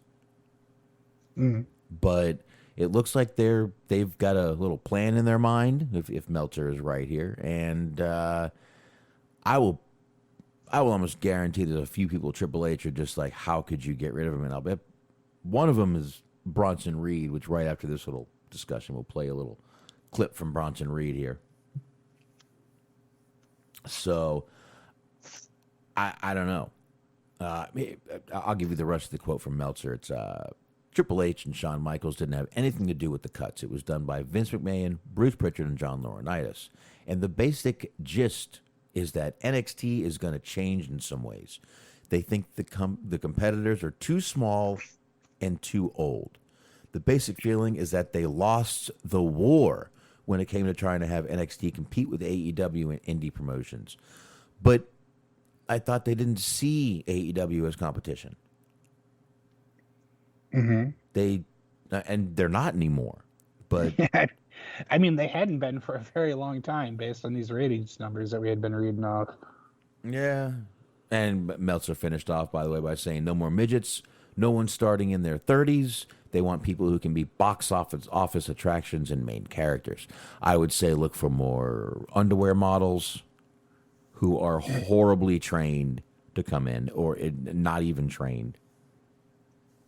Right. Yeah. There's actually something that I'm gonna save for Friday, but I've already kind of seen what one of their potential next targets is, and we're gonna be talking about him on Friday, so it's a little bit of a teaser. But it's kind of interesting though, because for the longest time, and I'm not saying that this was necessarily his decision, it might have just been the way that things were booked, but it's kind of interesting how the shoe was on the other foot. In the sense that for the longest time, Triple H was the one who would beat these guys, these independent wrestlers, the smaller guys, the guys who don't have the body. And he was kind of one of the people that they used as a benchmark of like, this is what we want our guys to look like. If you don't look like him, then you're not going to make it here. You're not going to get signed here. So it's interesting that he's sort of taken up this role now of like defending the same people that he had maybe stood in the way of in the past. So that's sort of interesting in that regard. But yeah, it's just with the whole NXT thing, like, and the WWE in general, it's like they're reverting back to what they know. For the longest time, the 90s, early 80s, 90s, even into the early 2000s, even up until, like the 2010s even, they were the land of the giants. And it was just, that's what it was. That's who they signed. That's who was a priority to them with these big, tall, rips, like steroid guys for the most part. And if you didn't fit that bill, you weren't signed. And, it seems like that's sort of the direction that they're going into now. And we've read multiple quotes of them saying that they don't think that there's competition between NXT and AEW. They don't think that AEW is a competitor to them at all. But at the same time, you're suddenly changing things up. You're suddenly reverting back to an old familiar formula. Why are you making these tweaks if nothing's going wrong? Because these goddamn rookies couldn't even beat a startup company. Yeah, pretty much. But I mean, that sort of situation, that whole kind of mind state is just like, if you ever want them to get any better, like, that's sort of a damning statement, because it's like, this is what you're going to get. Like, this is what things are, and this is what things are going to be like now for at least a couple years, or until, unless Vince changes his mind tomorrow, which has a tendency of happening. But the one thing also that I want to kind of, to that statement, talk about is just the idea of, they want these young people, but then they keep these young people, like they keep them at the Performance Center for a little while, and then they bring them on NXT, and they're in NXT for a couple of years, and by the time they actually decide that they want to do anything with them, they're too old to use. So it's like, what the fuck are you, in their eyes? So it's like, what is it that you're doing? Like, there just seems like a lack of overall just thought and logic behind a lot of the stuff that they're doing these days. Yeah, I mean, and really, it's like they're making like they're a cookie factory, and they've never changed the cookie stamp. Just the same, the cookie cutter, sorry. Just the same people coming out every fucking time.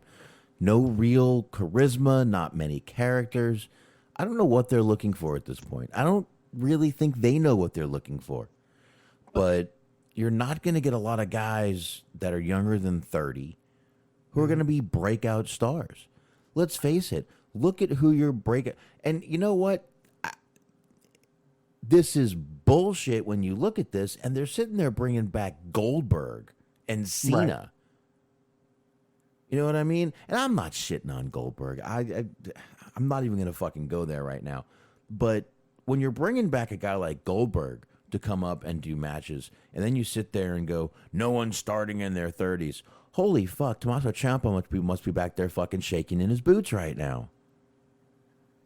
Oh, yeah, I hate to say it, but I would not at all be surprised if his name is on one of these lists in the coming months. But that's the thing, though, too, is like, 2 points real quick, is like, they say that they want box office stars. That's your job. It is your job to make those. Yes. And what have you done to make any of those? You're purposely like handcuffing people and limiting what people can achieve, because you don't want them going to other companies, or you don't want them being a star on their own. But then you complain that there's not any big box office stars, or that you need more. It's like, well, that's on you to make.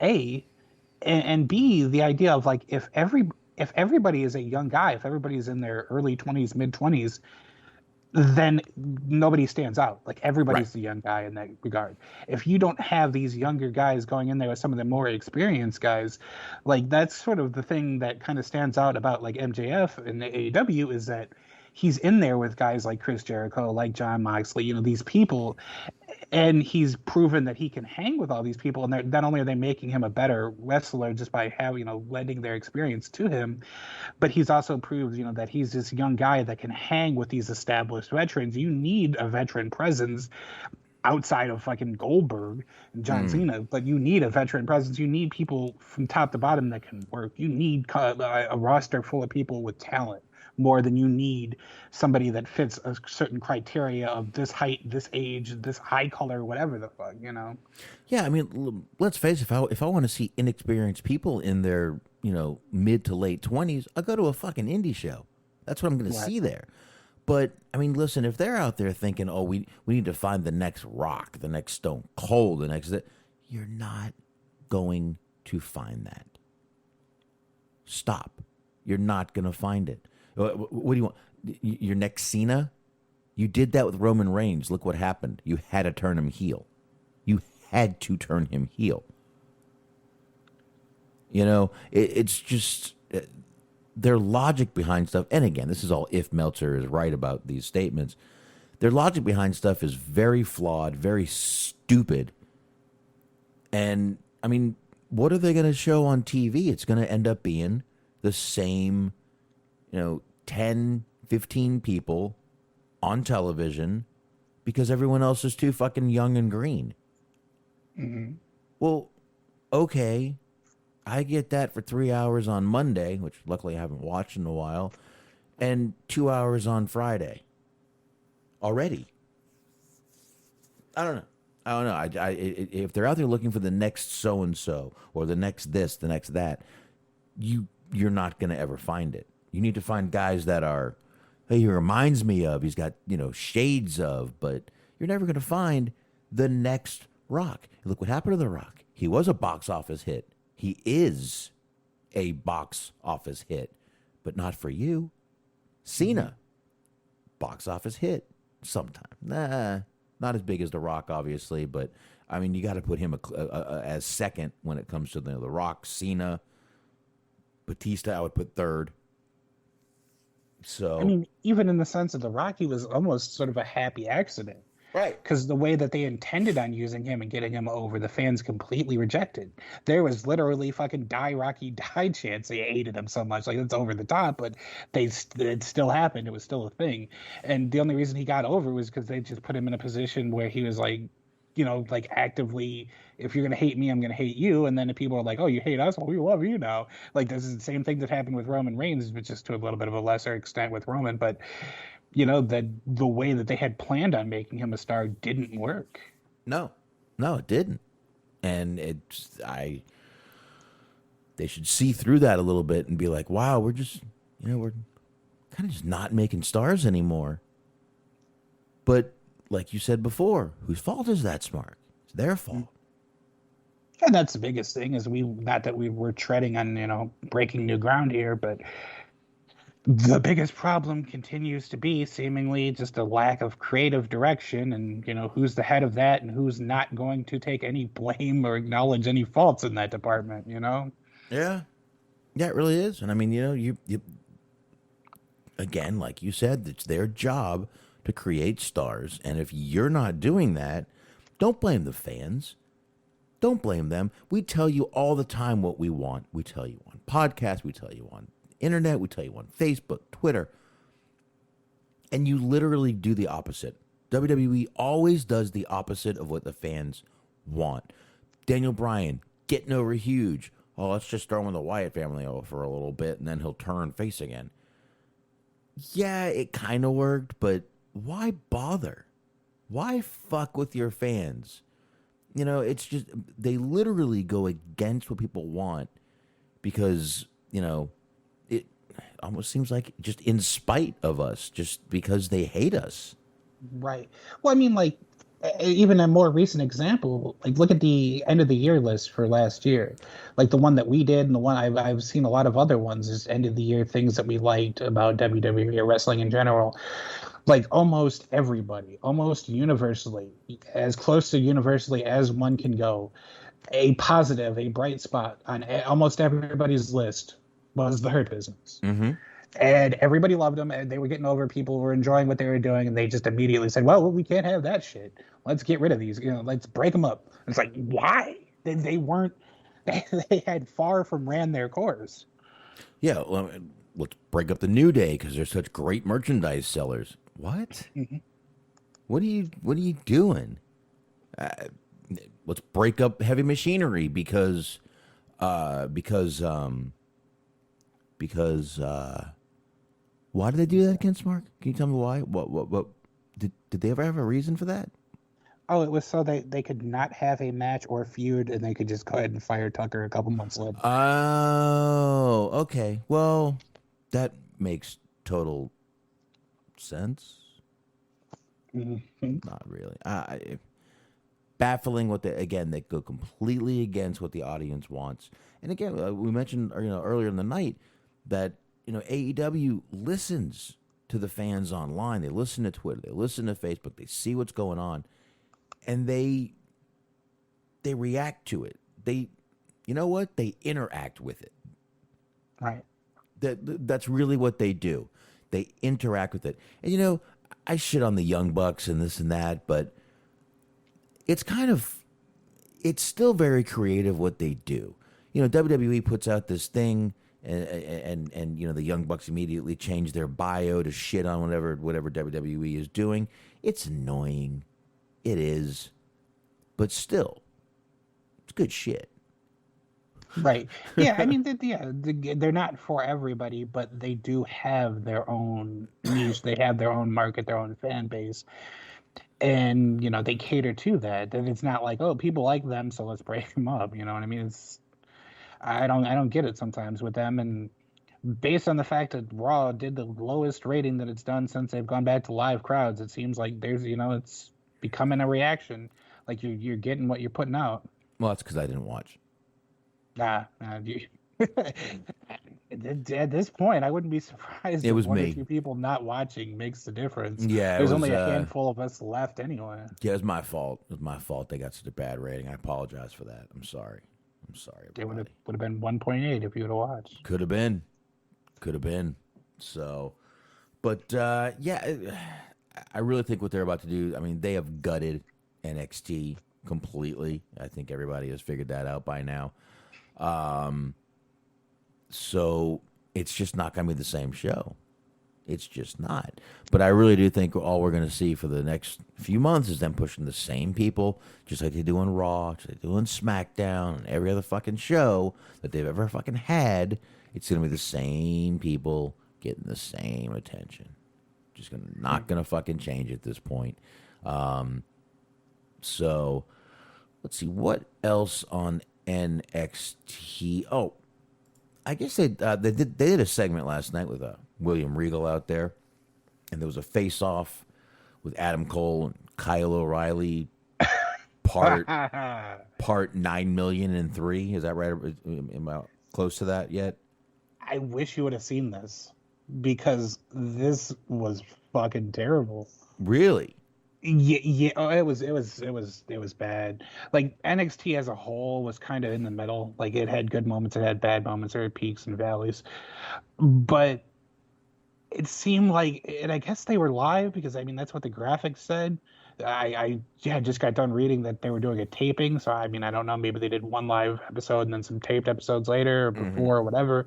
But it seemed like Kyle O'Reilly just completely forgot the script. Like I was expecting him to just be like, "Oh, fuck it," and then just jump on his scooter and pay, you know, ride away. But just there's a bunch of times where it seemed like he had forgot what he was gonna say, or just like his voice would be shaking or cracking while he was delivering his lines, and he just came off like super unconvincing that he was going to be any sort of formidable threat. And then it seemed like Adam Cole was like trying to pick up the slack. Trying to like dial things up a little bit in the intensity department, because normally he's a pretty good promo guy, but he tried to like compensate, and then it seemed like he was overacting while Kyle O'Reilly was underacting. So you just had this like almost high school play level fucking acting job being done. It was not a good segment by any means. Wow, I'll have to check that out.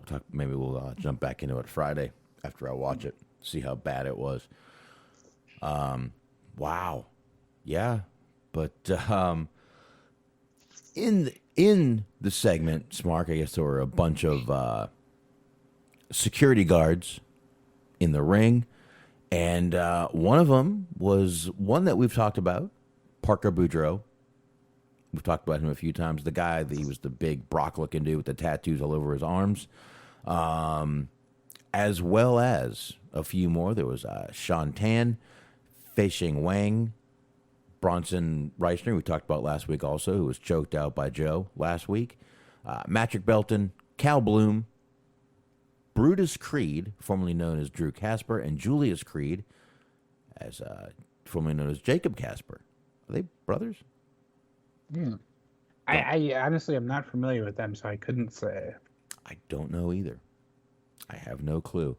But a lot of soon-to-be stars are on this show. I guess this is how they're going to start bringing people out one more time. But, yeah, had all those guys in there. But, again, the main one that people kept bringing up was Parker Boudreaux, the fact that he's at least doing something right now.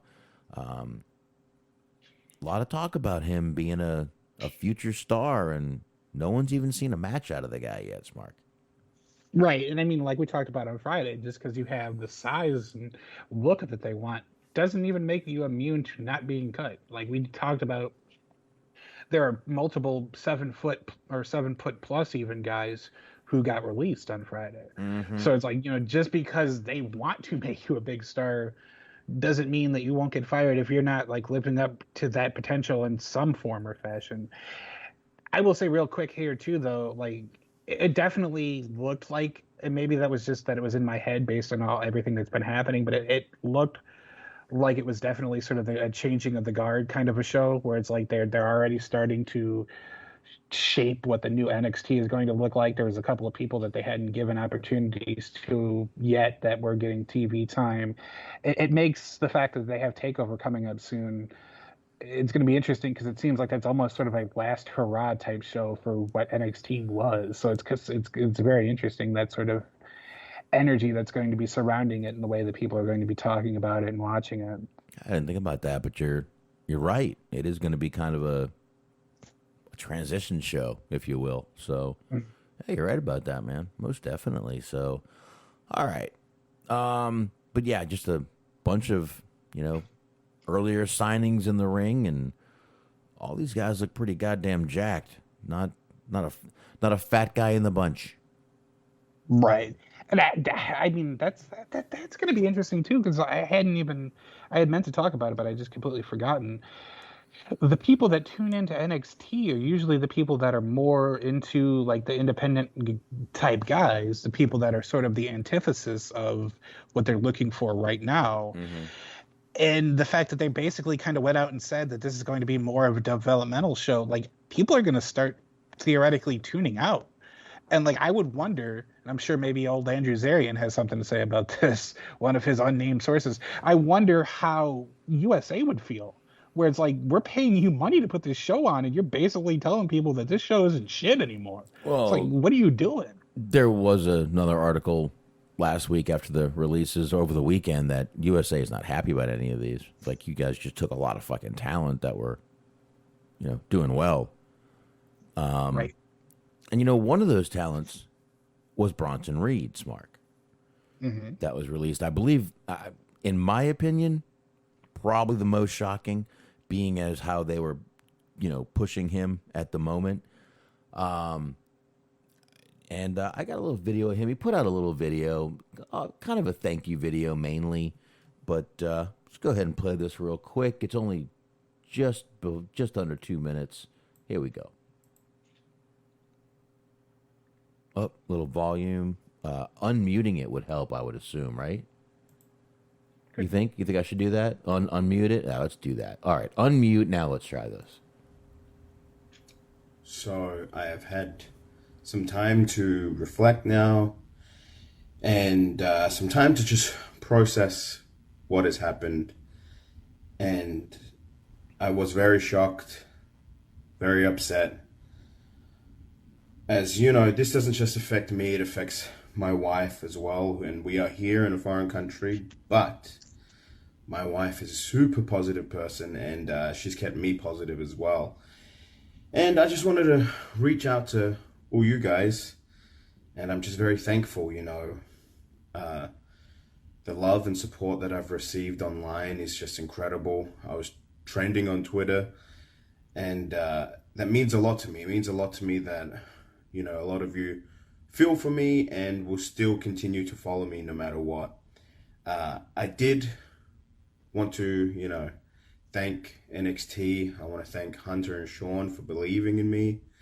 I want to thank all the coaches, Terry Taylor, Scotty Tuhati, Norman Smiley, Steve Carino, those guys that I learned a lot from.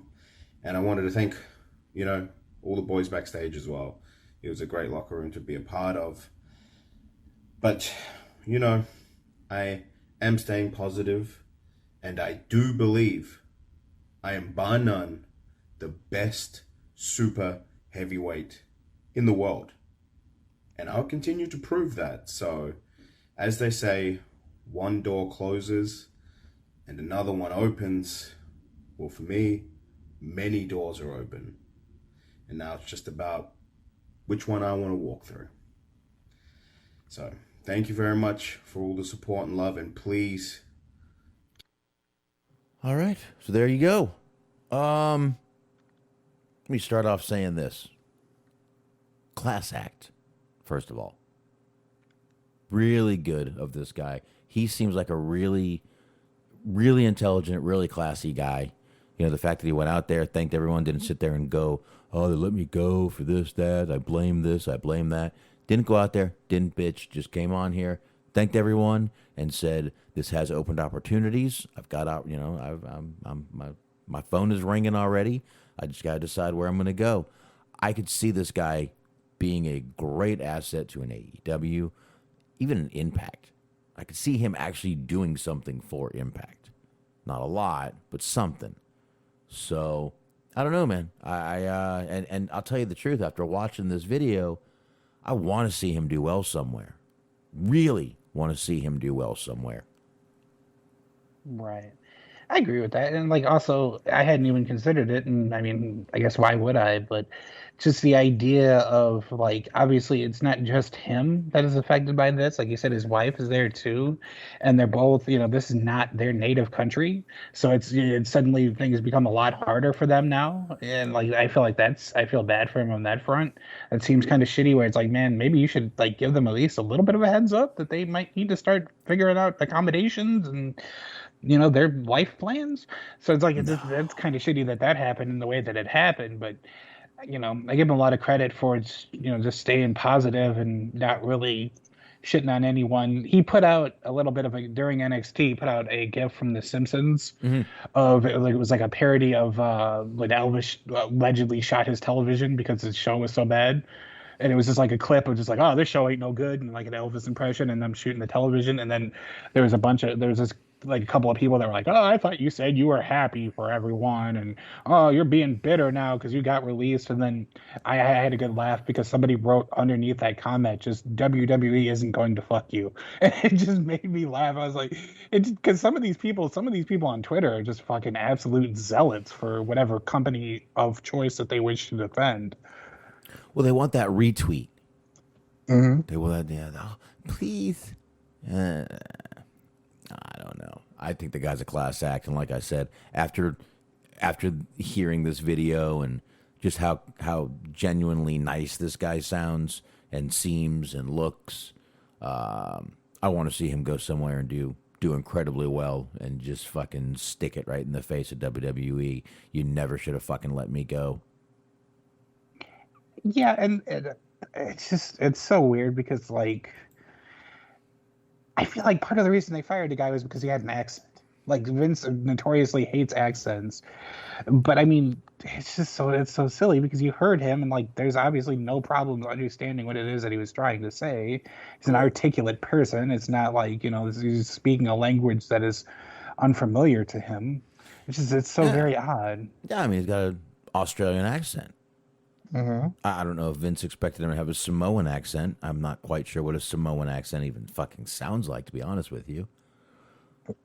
But I don't know what he was expecting or who anyone was expecting with this guy. But, they had this guy. He was doing great.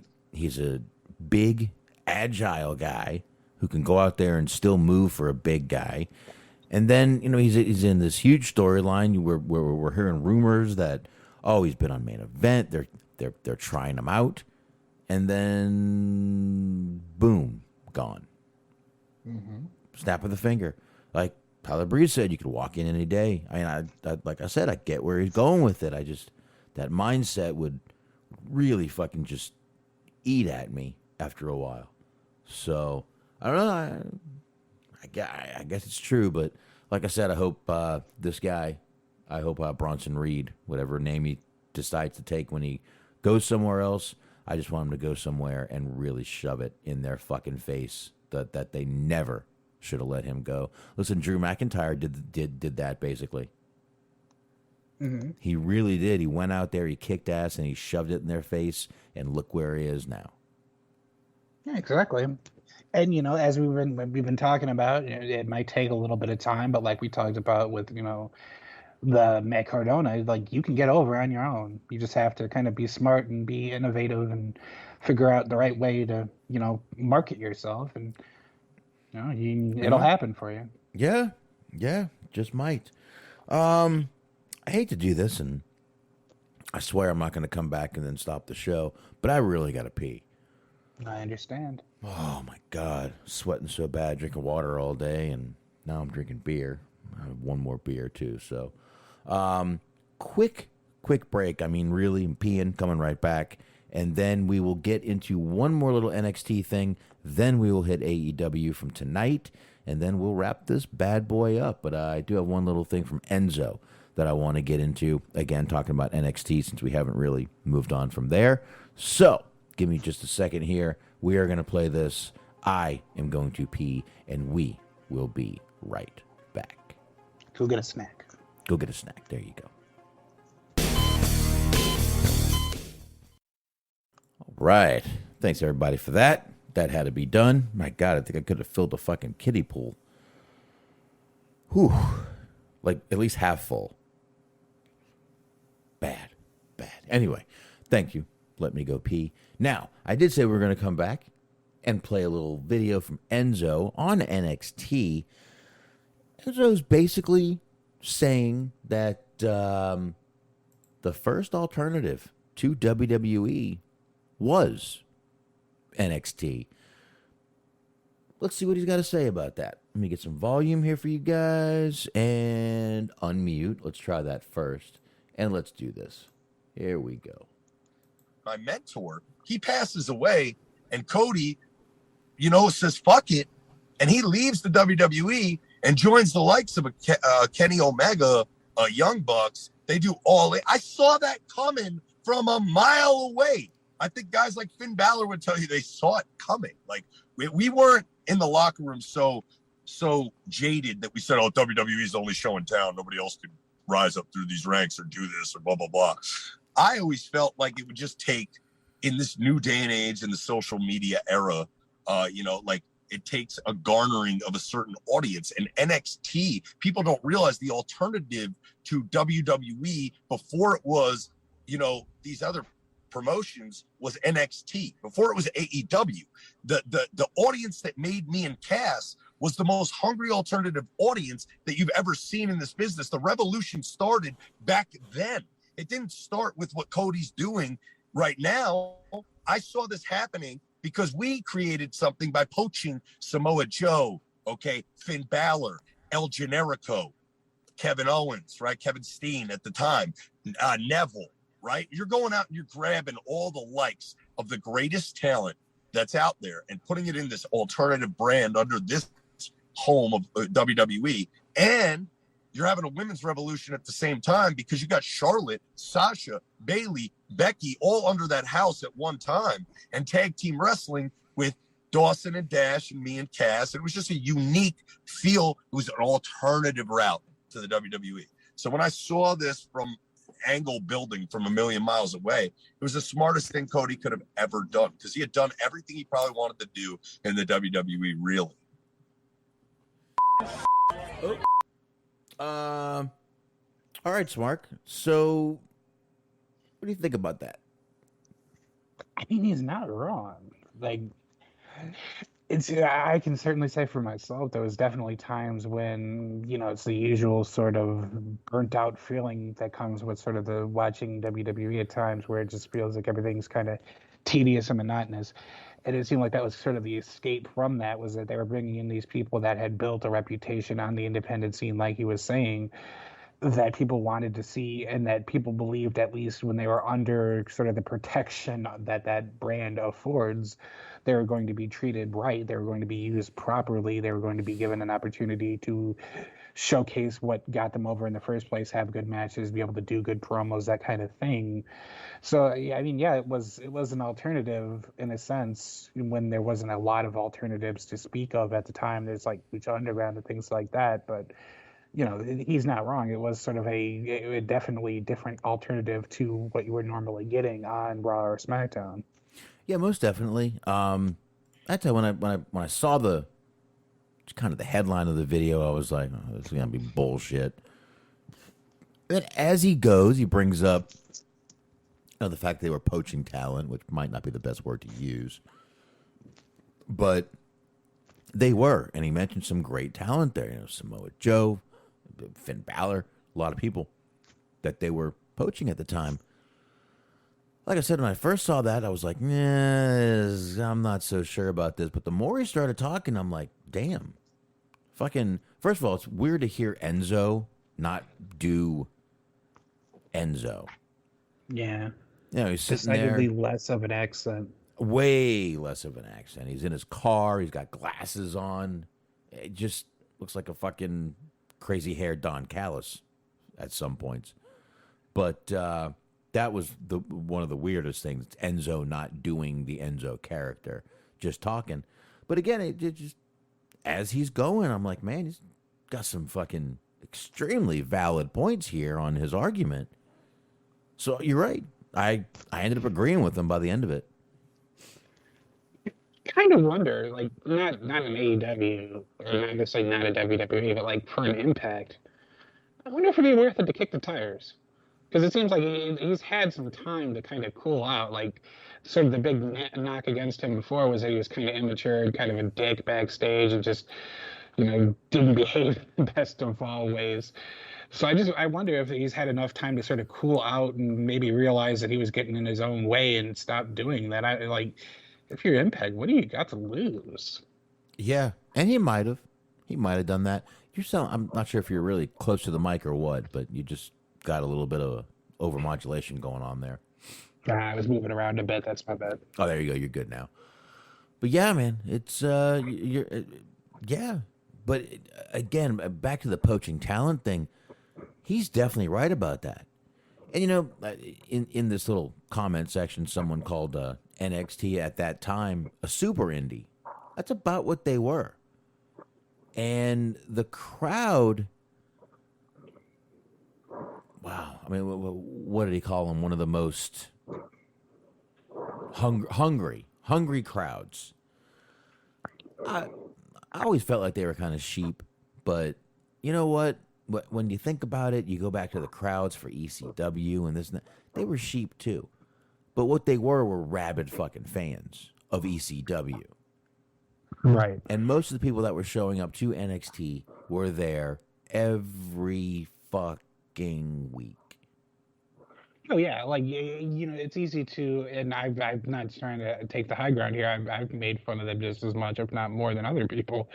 But it's easy to sort of make fun of them. But if you're a company, that's definitely what you want. They were devoted fans, like almost to the point of like maybe being overly so, to the point where it becomes really easy to make fun of them for just like you said being sheep. But they were loyal, they were passionate. Mm-hmm. Absolutely. Most definitely. So, I still think they were a little sheepish. They just kind of did the chants when they were expected to chant and knew when to do it. But still, they were real fans for the product. And you're right that a lot of, and a lot of it had to do with the fans. Why they brought up a lot of people at that time. Now it seems like they just do it because they want to do it because there hasn't been fans. Uh-huh. So. There's a difference. That's definitely a dangerous thing. Whoa. Wait, I can't even understand you. Sound like you're underwater. Take 2. Now I can't even hear you at all, barely. Take 3. Suddenly, you're very low. What did you do, man? I did nothing. Did something. Because, suddenly I can barely even hear you, like you got your hand over your microphone or something. I don't know either. See what you can. Make sure your cord's all plugged in and all that good stuff. So, real quick, we can move on from that and talk about this right before we get into AEW, Smark. One thing, there were 2 things that happened on Raw. Number 1 was the RK Bro kind of teased a little breakup, but it's okay because after Randy Orton RKO'd Riddle, John Cena had him hug it out in the ring after the Raw was off the air, so don't worry about that. But the other thing I wanted to bring up is Elias had a little video.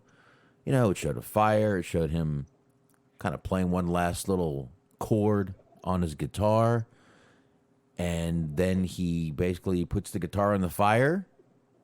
Into the fire. There you go. And declares Elias dead. Dead. Smark. Dead. Because if ever there was an appropriate time to take away this character, is a time when they were just now getting people back to channel along with it. I know, man. I don't know what. Again, it's like they do think at the weirdest times, they change characters right when they're getting over. They never strike when the iron is hot. But for this character, what are they going to do now? What is he going to do? You're taking, once again, just like you just stripped Karrion Kross of everything that really mattered to him. Now you're stripping Elias of everything that everyone liked about him. Mm-hmm. What are you doing? I am curious, though, to see what Elias has planned, or what they have planned for Elias. Let's put it that way. Yeah. Well, what ideas he can get through, you know, because it seems like he is the kind of person that is constantly thinking of different ideas and trying to pitch different things, but it's just a matter of how receptive they're going to be to those ideas is the question. Yeah, exactly. So I guess only time will tell, but I just thought that was a little weird. I'm really wondering what they're going to do with him. And again, what got him over was the fact that he, number one, really could play the guitar, but I guess they're thinking we don't need two guitar players. We now have Rick Boogs. Right. So I got a feeling that's exactly why they're making him give up this gimmick, because Boogs is much more of a charismatic guy than your Elias. Well, yes and no. I mean, I get what you're getting at, but at the same time, like, he being Elias, did a really good job of, as a heel, like, there were some times where he drew some massive heat. Mm-hmm. And he just had, like we were talking about, he hadn't had the opportunity to do that because there was just no live crowds. And, like, when some of your act is based on writing songs on, like, how the local sports team sucks, you really can't do that when you're in the same location every week in front of people that are on their webcam. Like, it just doesn't work. And then when they started getting crowds back, he was, I guess, a face, because he was, like, cutting these promos on how he just didn't feel safe around Jackson Riker anymore, and they were, like, starting to tease building a program between them, and I guess just nothing ever came of that, because why would there be continuity? But, you know, that is what it is. Well, that, and every time Jackson Riker's on television, he, you know, receives backlash for it. True. Because he was accused of, who was he accused of sexually abusing Smark? Oh, no one. Who, no, wasn't accused of that. He put out a tweet praising Trump. That's what it was. Gotta say, I don't blame Moxley for not using Twitter. Like, it seems like when you get to the level of being AEW or WWE, it seems like that could only hurt you. Like, what else do you have to promote? You've already made it. I understand that they, like, and especially WWE, are, like, almost insistent that you have a Twitter, but you could also take the Brody Lee route of just tweeting basically nonsense. Could. I mean, you could also just tweet nonsense and then do what Kurt Angle does, is say, I got hacked. Mm-hmm. Which back then was code for pilled up and drunk. Yes. Good old Percocet. Good old Perk Angle. Shit. All right, let's jump into AEW, and then we can wrap this up. Not looking to spend a whole shitload of time on AEW, but I got to tell you, once again, these guys put on a great fucking show. They really did put on a hell of a fucking show tonight, and I think they did a great job at constantly throughout the night promoting the 5 Labors of Jericho, this last match he had with Wardlow. Do you think the fact they promoted it so much made it very, not that any of us expected Jericho not to get to MJF, but they did a real good job at just promoting the match It had that, as my Michael Cole would love this, it had that big fight feel the whole night. So I did like that. The first match, I believe we got a new breakout star out of Smark. I don't know if you agree with me or not. His name was Dante Martin. That dude worked his ass off in that match. Look, I'm a fan of both Seidels. They're both really good. They can do some really crazy moves. Matt Seidel will, Evan Bourne at the time will always be known for that fucking RKO. That was just amazing to see. That was the first time we saw something like that. But I really feel that Dante Martin was just out there doing every flippy dippy do, not begging, but really getting the audience behind him. And I think, as a third guy, I think they really let him go out there and put his name on this match, if you will. Right. And I mean, he was already starting to kind of get over because he was part of Top Flight. And there was a lot of people that were very high on them, but then just unfortunately his partner got injured. So it kind of put a pin in their momentum for a while there. But, it's nice to see that they got him out there now and they're giving him an opportunity to showcase his stuff, I guess, in the meantime. So that's nice. Yeah. I mean, really again, man, you go back to a lot of things on, you're scrolling through social media and everybody was praising this guy, and I completely fucking agreed with him. Completely agreed with him. He was amazing out there tonight. They didn't get the win. The Elite got the win, but yeah, it's always with a little bit of help. So, what are you gonna do? What are you gonna do? They win like heels. Not much you can do about that. And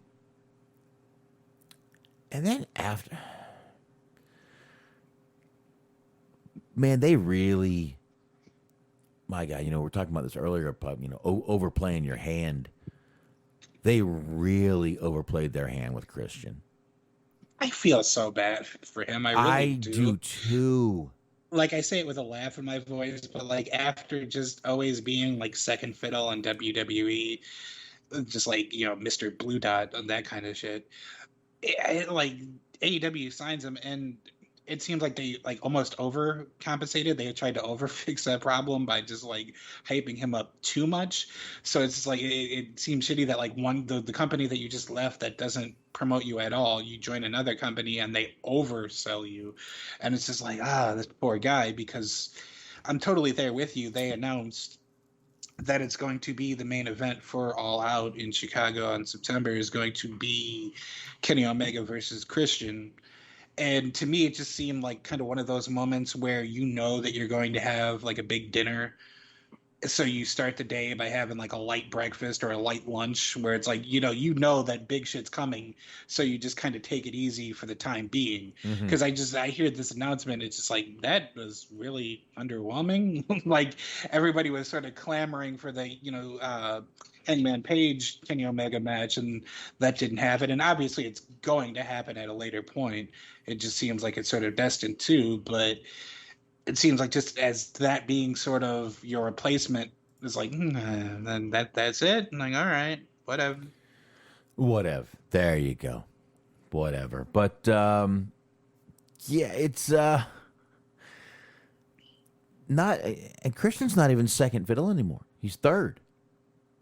He's got Luchasaurus and Jungle Jack or whatever you want to call the guy, Jack Perry, Jungle Boy out there, and now he's third fiddle. He's got two other guys now that he's kind of in the shadow of. He really didn't make again. They overpromised and underdelivered with him, and that's not what you're supposed to do. Right. And I mean, I feel like as a whole, AEW does a good job of building their talent, and not only just the younger people that haven't necessarily been seen by the larger audience before, the sort of Darby Allins and Orange Cassidy and the like, but even the people, the Chris Jericho, the John Moxley, they know what to do with established talent as well. They know how to showcase their stars. But it just seems like this one was just a situation where they made a mistake. Like every company is going to kind of mess up every now and again with just how they use certain people, I think, or, you know, in the public perception that they might have taken a misstep on how they use certain people. But I feel like, again, I feel bad for him because he's been constantly misused wherever he's at. And I feel bad for him that this was a teachable moment for AEW, but he doesn't get to, you know, he has to suffer because of it. Yeah, he's the student caught in the middle. You know, it's like the parents arguing with the teacher, and this poor kid is caught in the middle. It's kind of where he is right now. But we are going to see him for the Impact title against Kenny Omega first. Very strange what they're doing here. And I will almost bet I could damn near see them putting it on Christian just to try to get a little bit of that, you know, this is what we promised he was going to be. He needs to go in there and outwork everyone, including a Kenny Omega. And let's face it, man, he does not need that Impact belt. But again, putting it on another AEW star, you might as well just fucking, good God, give that belt to Paige. Yeah, I mean, I definitely don't see him winning the AEW belt. But I wouldn't necessarily be surprised if he won the Impact title, like you're saying. And to that point also, though, there is a little bit of history. Like, Christian was with TNA. So in a sense, he's sort of a TNA talent, or was formerly a TNA talent. Like, obviously, people are going to see him as a WWE guy just for now and to eternity. But he does have a history with them. So it is kind of easier to sell the fact that he would want their title. Right. Yeah, exactly. And I hope someone out there at least got my Page joke with that. Smark just blew right past it. Didn't even think about it. I did, honestly. It went right over my head. I won't even try to lie. Just remember what the old NXT title looked like when it was in her hands. Oh, jeez. Oh, boy. Well, you're not going to have a problem keeping the belt stuck to you. You have to steam clean that motherfucker. Can you steam clean a belt? I don't know. We'll have to figure that out. Fucking non-stick coating on the belt. I mean, it's been talked about ad nauseum. I'm not contributing anything new, but just the idea of, like, how many people have, like, kissed that belt and, like, even licked that belt, and it was like, oh, you know how many people saw that picture and was like, no, dude, they got rid of that belt so fast. Like, look, it's okay. Look, we got a new one. No one touched that belt. Paige, that belt is yours. I mean, literally, we checked the DNA. You are the mother of the belt. So, you are not that belt's legal guardian. So, you are the mother of the belt, and you can keep that motherfucker. Okay. I'm gonna go ahead and just write that down to save us time later. Mother of the belt. There we go. All right, we're good.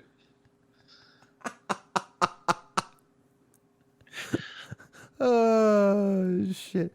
Well, look, I mean, just nothing I would want to touch again. That's all I'm saying. That's why tissue is so much better. That's all.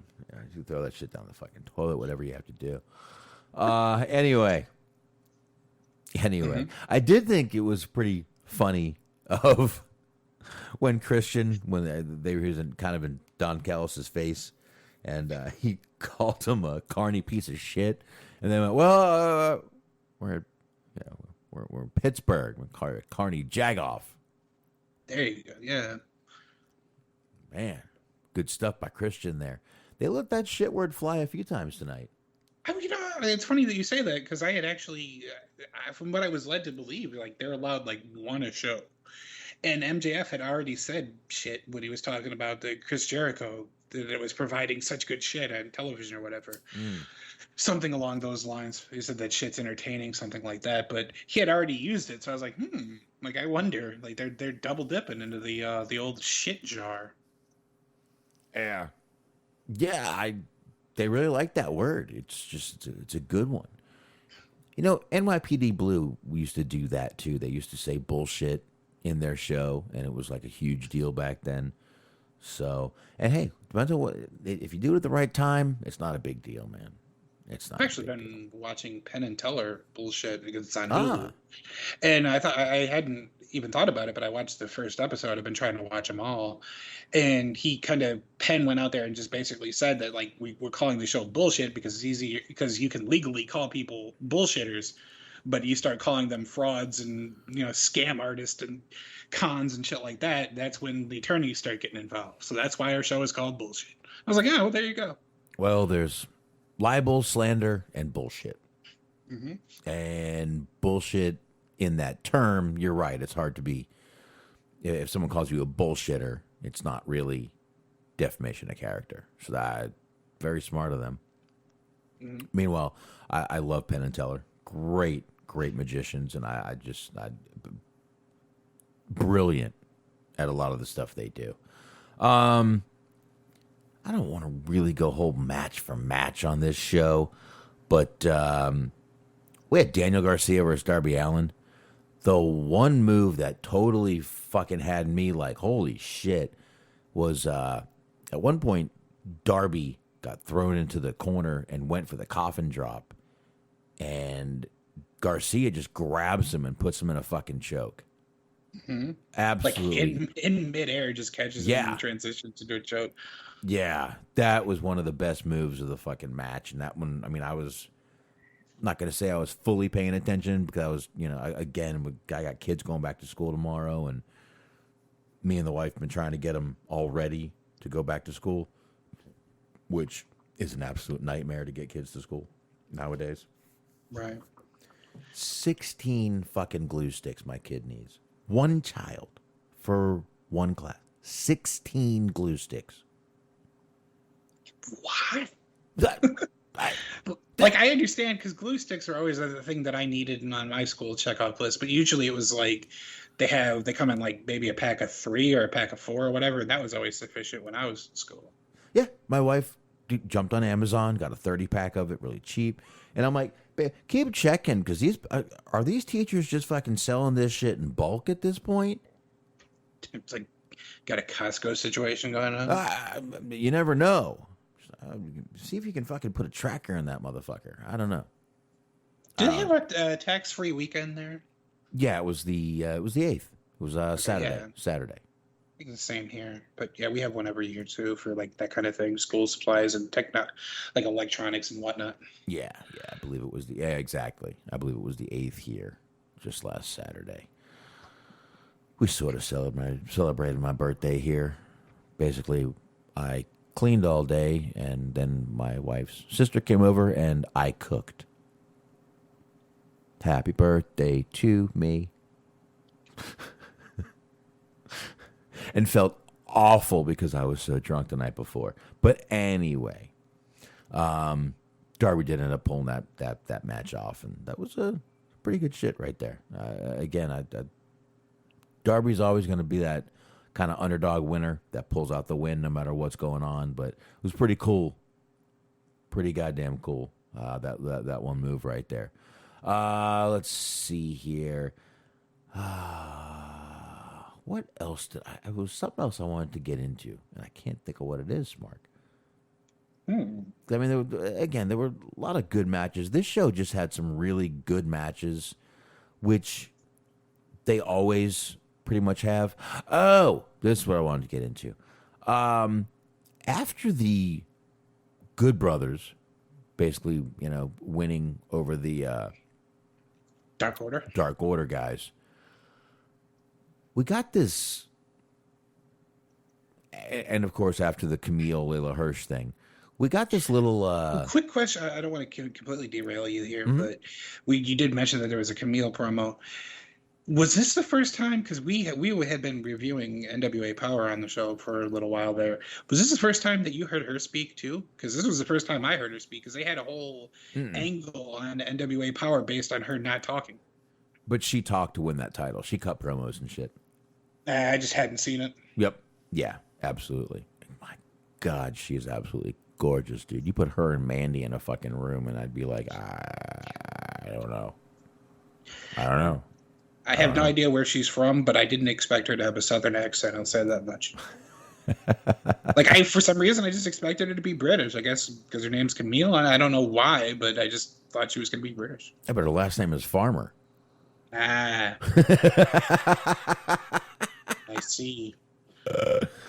Oh my God, just an absolutely gorgeous girl, though. Beautiful, beautiful girl, and very talented in the ring too. So good for her. So, but after all that, we had QT Marshall. What are they trying to do with this guy? Is he the everyman that's just a douchey everyman? What are they trying to do with this guy? It makes no sense. He is so unintimidating on their microphone. You look at the guy and you're like, this guy just looks like the douchebag that gets his ass kicked in every bar that he goes to. Right. Yeah, I mean that's about it. I was gonna say like kind of looks like the guy that like plays basketball at the rec center and calls fouls, something like that. Just whatever your idea of just like a douche looks like, whatever role that fits that description or whatever. But yeah, he's very unimposing looking, and then like I feel like him, and I also feel like the Blade. Like there's an expression that this guy Boumani Jones used to use a lot. He was a bald guy, and he would tell other people that were balding that they needed to come on home. And it's just after a while, it's like you guys just gotta fucking shave. Like nobody's afraid of these guys that are just like kind of chubby, balding individuals. It's like just, not the Blade because the Blade is fucking ripped, but like QT Marshall, just oh my God, like nothing about him is intimidating or remarkable in any form or fashion. Yeah, but the Blade at least has some sort of, some type of menacing look to him a little bit. Like you said, he's ripped as fuck and looks like he could literally, probably fucking, if he gets his hands on you, you're not getting out of his fucking grip. Right. Like I wouldn't be surprised if he could like lift me with one hand. But you know, QT Marshall on the other hand is just like, yeah, he might be in good physical condition, shape, whatever, but he has like no discernible look. There's just nothing going on with him at all. I did get a little bit of a kick out of like, so he brings in, for those who haven't seen it or those that don't remember, I don't know, he brings in Tony Schiavone's son. Mm-hmm. And he makes Tony Schiavone apologize for the mean things that Tony Schiavone's been saying about him. He punches his son in the gut first, but then he's like, I demand an apology.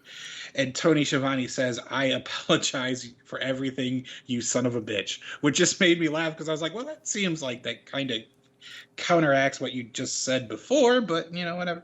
Yeah. QT Marshall. Look, bear with me here for a second. Let me see if I can make this make any sense. I forgot who said it, but someone said that Stephanie McMahon reminded them of just a girl you would see late night at any bar. Mm-hmm. QT Marshall is the guy that's trying to pick up that said girl at any bar. The kind of guy that you cuff your drink when he starts talking to you. That's just what he looks like, dude. He looks like just every guy at every bar, sitting there, drinking his beer, looking sad, trying to hit on the girls who are so drunk they can't fucking see. Yeah, I don't know why. I don't know why. Maybe I've seen... Maybe it just reminds me of someone I've seen at a bar doing the same thing. I've been to many bars in my life, many nights, many bars, many nights. I don't know. I think the guy is unintimidating, uninteresting, absolutely. Give me more uns. I'll agree with him. Right. Real quick, though, I will say to stay on the topic of the segment, which, by the by, I thought the Dynamite tonight was a pretty good show, but just of things to sort of make fun of or criticize. I had not, until this point, heard the Big Show's AEW theme song. And I have to give him a lot of credit for, like, somehow finding a worse theme song than his WWE theme song. Like, I don't know whose idea it was to hire a Creed knockoff, like a Creed tribute band to do his theme song, but it sounds like absolute shit. It was just making me laugh the entire time. Dude, it sounded like an impersonation of the other guy. That sang that did the words, the Big Show. It sounded like an impersonation. It was not. good at all. It was not good. And once again, Big Show's out there putting shit over like it's the fucking Messiah coming back, and we're all we're all getting saved by this match and this and that. And oh my God, Big Show, tone it down, brother. And there were some rumors while I was trying to like get all the news rounded up. There were some rumors that he's got a pretty good name on the indies at the moment, but that Lee Moriarty might be coming to AEW. And I had heard a theme song that I was not familiar with, and I was like, like maybe that's it. Maybe that's him. He's making this debut. And then I started hearing that it was this like fucking shitty like rock song, and I was just like, God, it's the Big Show. I'm like, son of a bitch. Like, that's disappointing. But still, I had a fun time laughing at how like they managed to find a worse version of a theme song for him to use. I always wondered if that was like a thing that they gave him, or if that was something that he actually wanted to use. And I guess we got our answer. Their entrance music needs some help. It's all very generic. It's all very, and I know it's gonna take time.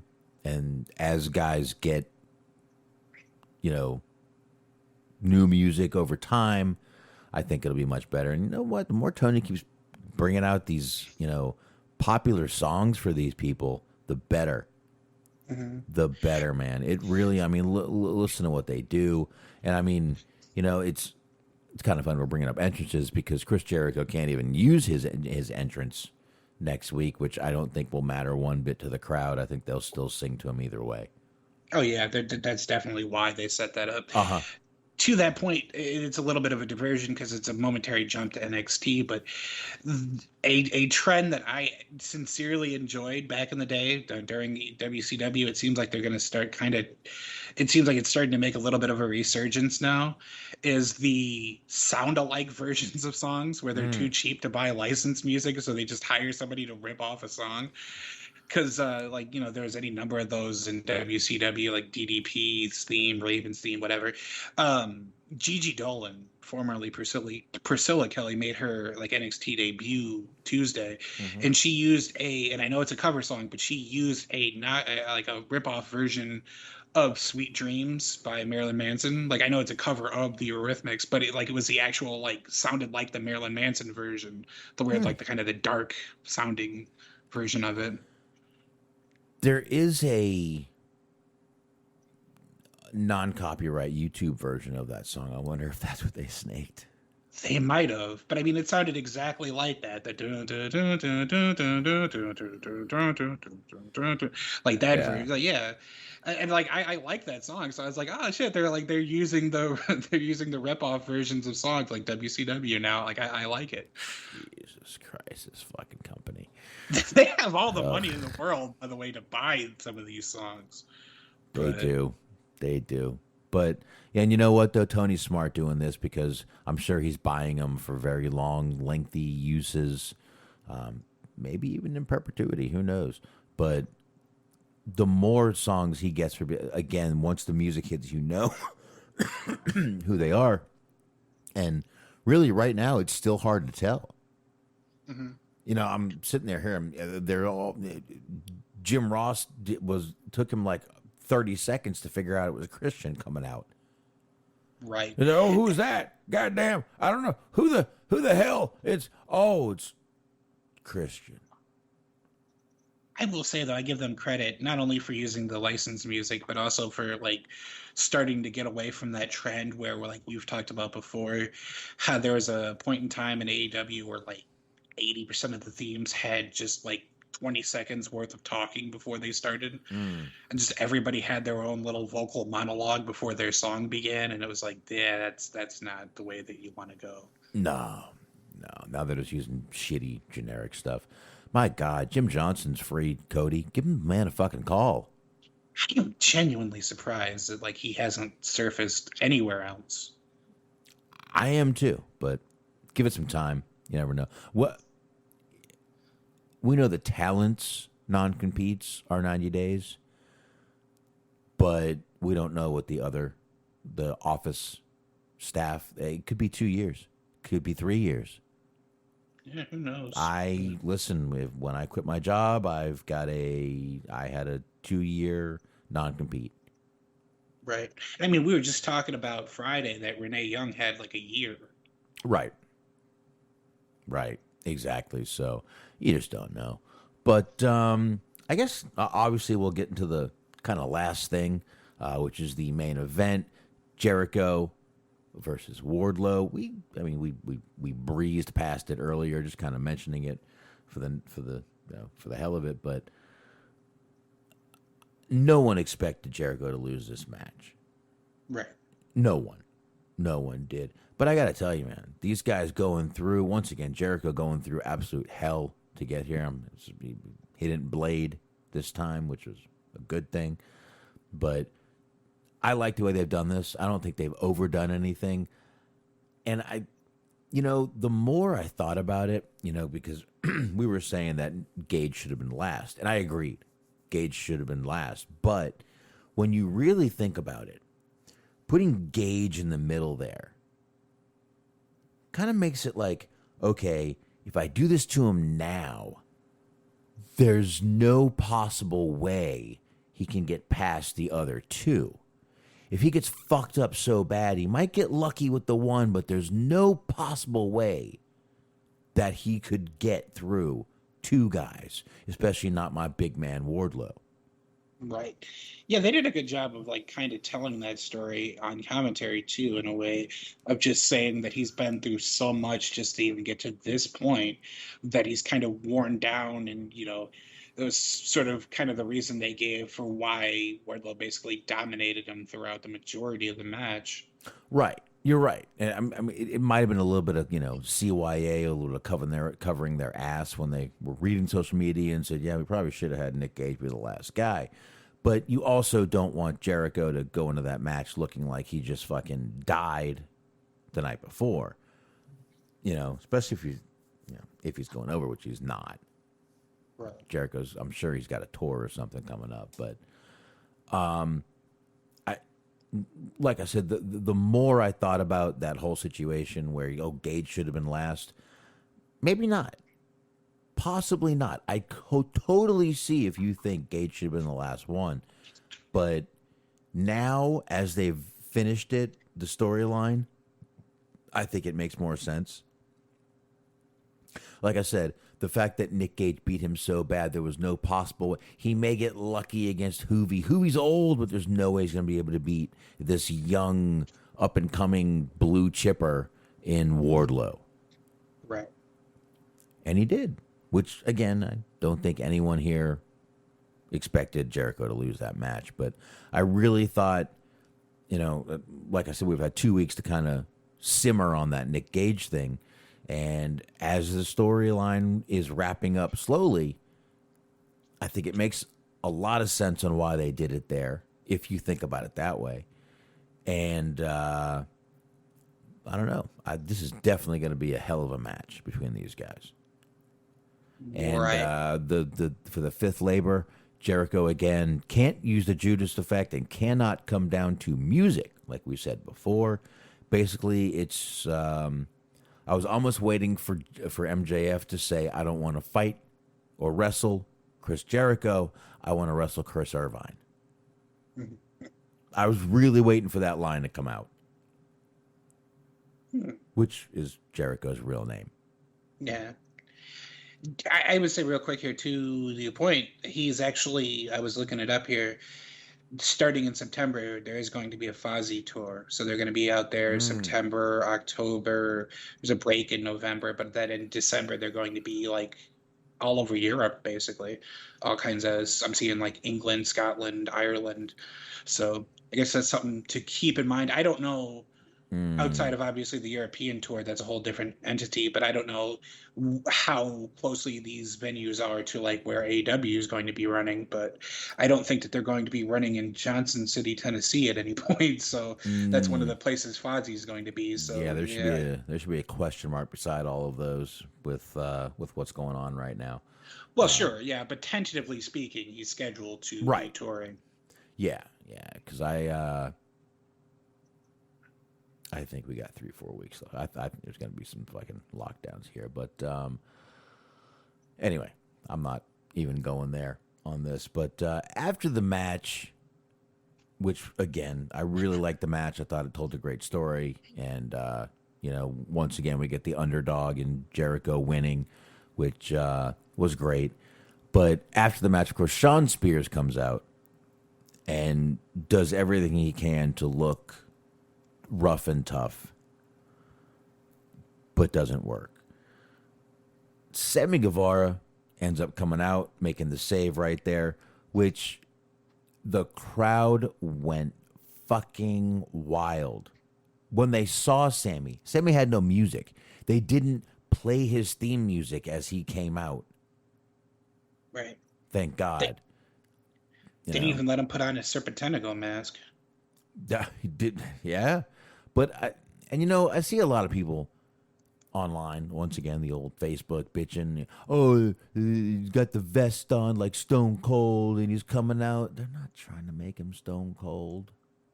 Well, everybody had that vest because it was the Inner Circle thing. Exactly. When they had the Stadium Stampede match, they all had the, like we talked about, kind of the Warriors themed outfits. Exactly.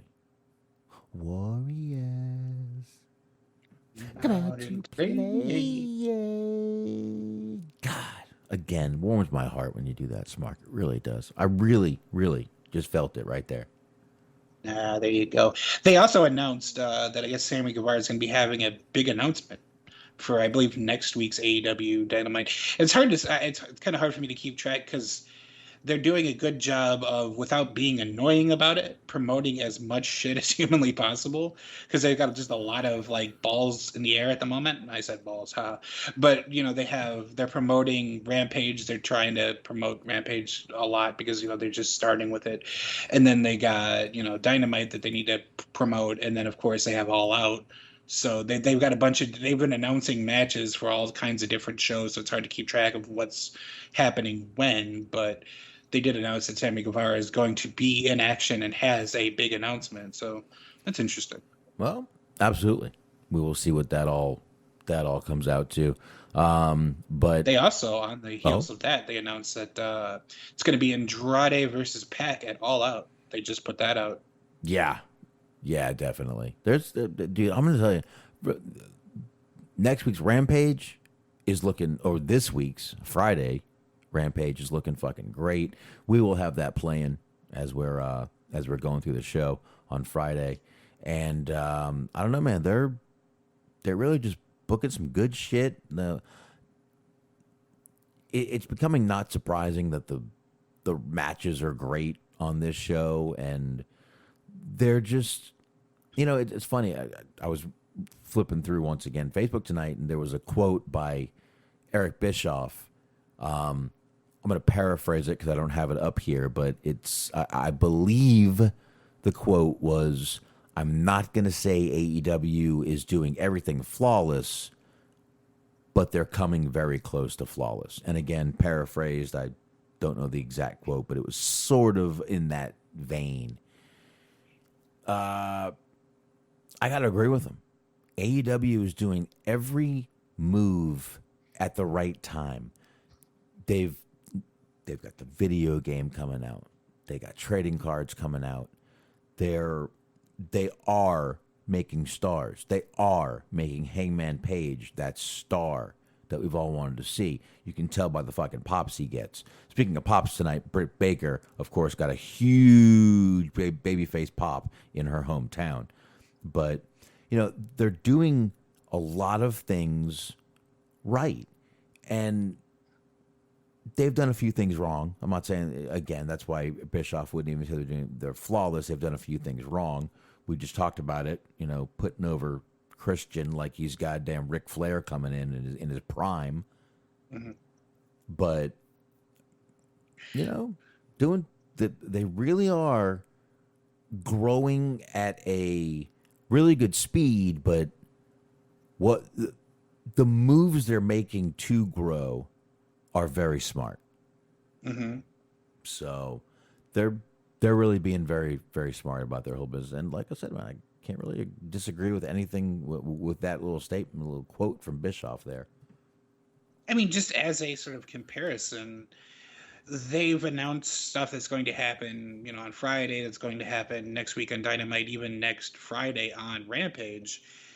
Again, by comparison, Monday afternoon, there were 0 matches announced for Raw. Uh-huh.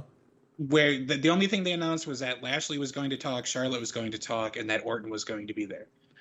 So it's just like, I don't understand. Like, it doesn't seem like it's that hard of a thing to do. Just announce a match or two. Like, you don't even, just one. Like, I understand that you want to be able to, you don't want to commit to anything and be able to change things on the fly, but just at least one match you can stick to, that you can promote, that you can get people interested in. It's just, it's weird that just AEW announces like almost everything that you're going to see on next week. And if you're interested, tune in. If you're not, whatever, we get it, what have you. But it's just weird that just one company it's the philosophies are just so different. Yeah, there's an old sales saying. You throw enough shit against the wall, something's going to stick. So if you promote matches early, you're not going to get everyone excited for every fucking match. Obviously, it's the same thing where you're going to offend everybody, blah, blah, blah. You're not going to get everyone excited for every match. But you throw all this shit against the wall with all these matches, it's going to stick to a lot of different, genres, and a lot of the matches are going to stick because they know what's happening. You already know. So you've already got the shit against the wall. Now it's up to the people to decide which shit they want to watch. Not that the AEW matches are shit. I'm just using it as a whatever you want to call it. Right, yeah, just to that point. Like they, tonight they announced that next week they're going to 2.0 is going to be wrestling. So like I already know next week, as somebody who likes 2.0, next week Dynamite 2.0 is going to be there. Cool. There you go. Yeah. So I already have a reason to tune in if I will anyway, but if I was just a casual fan, I already know that, hey, this is going to be on and I want to check it out. Yeah, absolutely. And I think, speaking of, casual fan and this and that, I think you guys realize we didn't talk very much about Raw. There's a reason for that. You're going to get way less Raw. I got to tell you, after looking at what's going on during Raw, I don't even want to watch it. I just didn't even watch a lot of it this week. Literally, what are we going to do? Sit here and bitch about a fucking doll winking at Dewdrop for 30 minutes? Right. Yeah, and like, I don't know how you feel about it. I kind of have an idea, but my philosophy has always been, ever since I started doing this, is just I wanted to, like, certain things are going to be bad, certain things you're just going to complain about, or you're going to, whatever.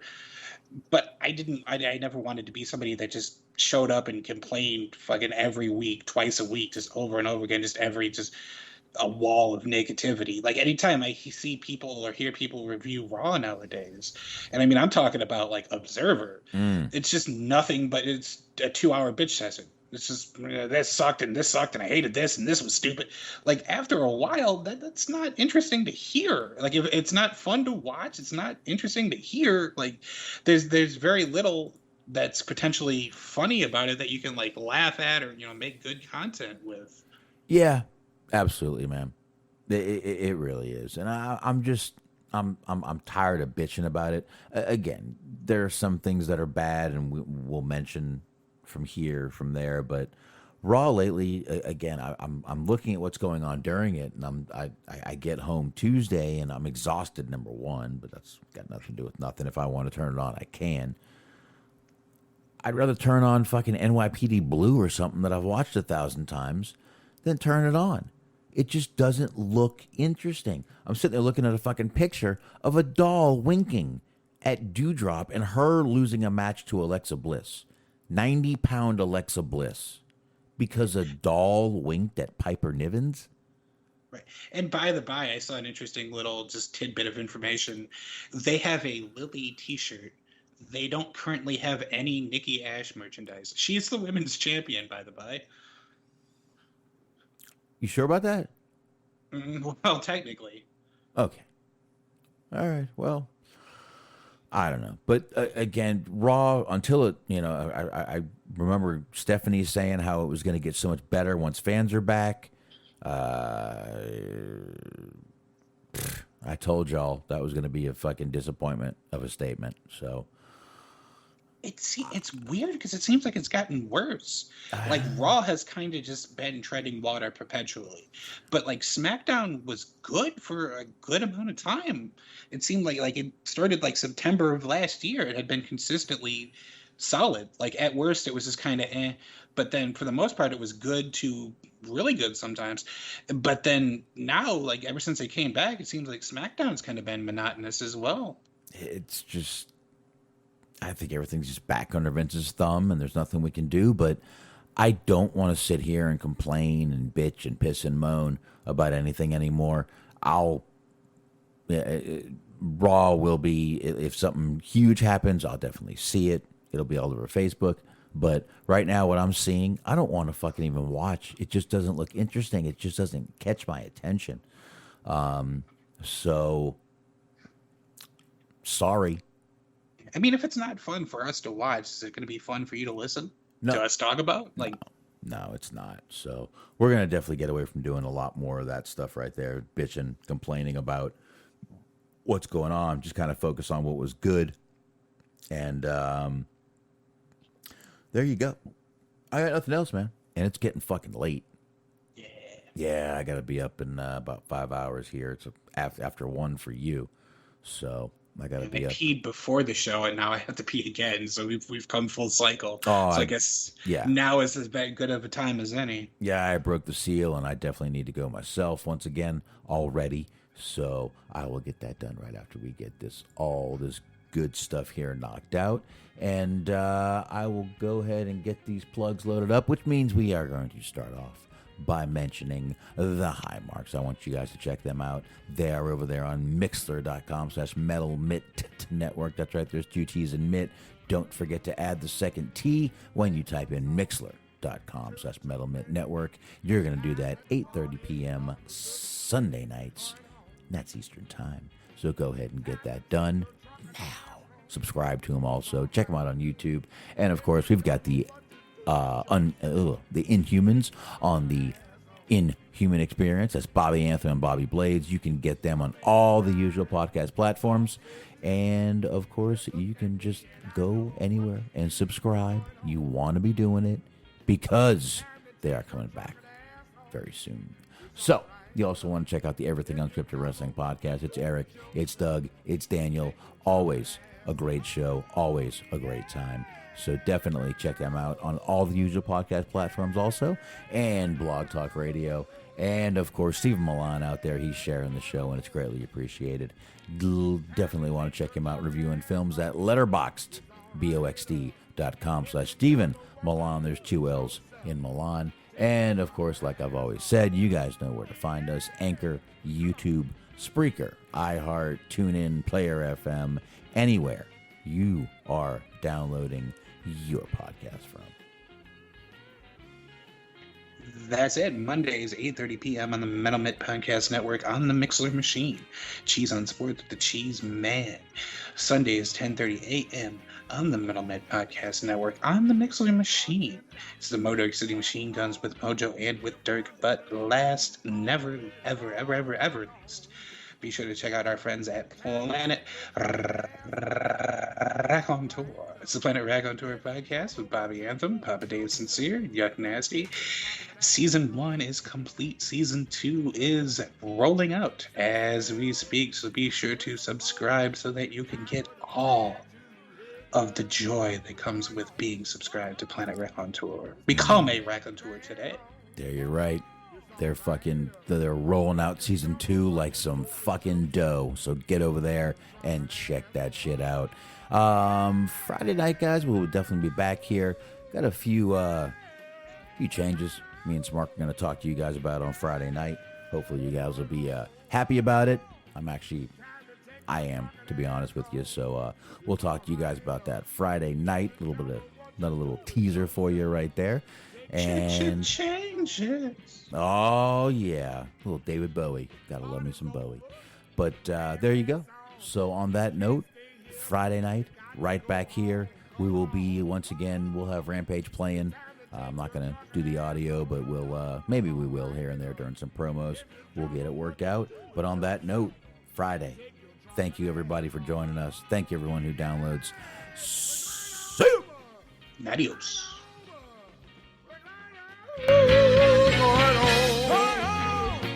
Time to take your drunken ass home.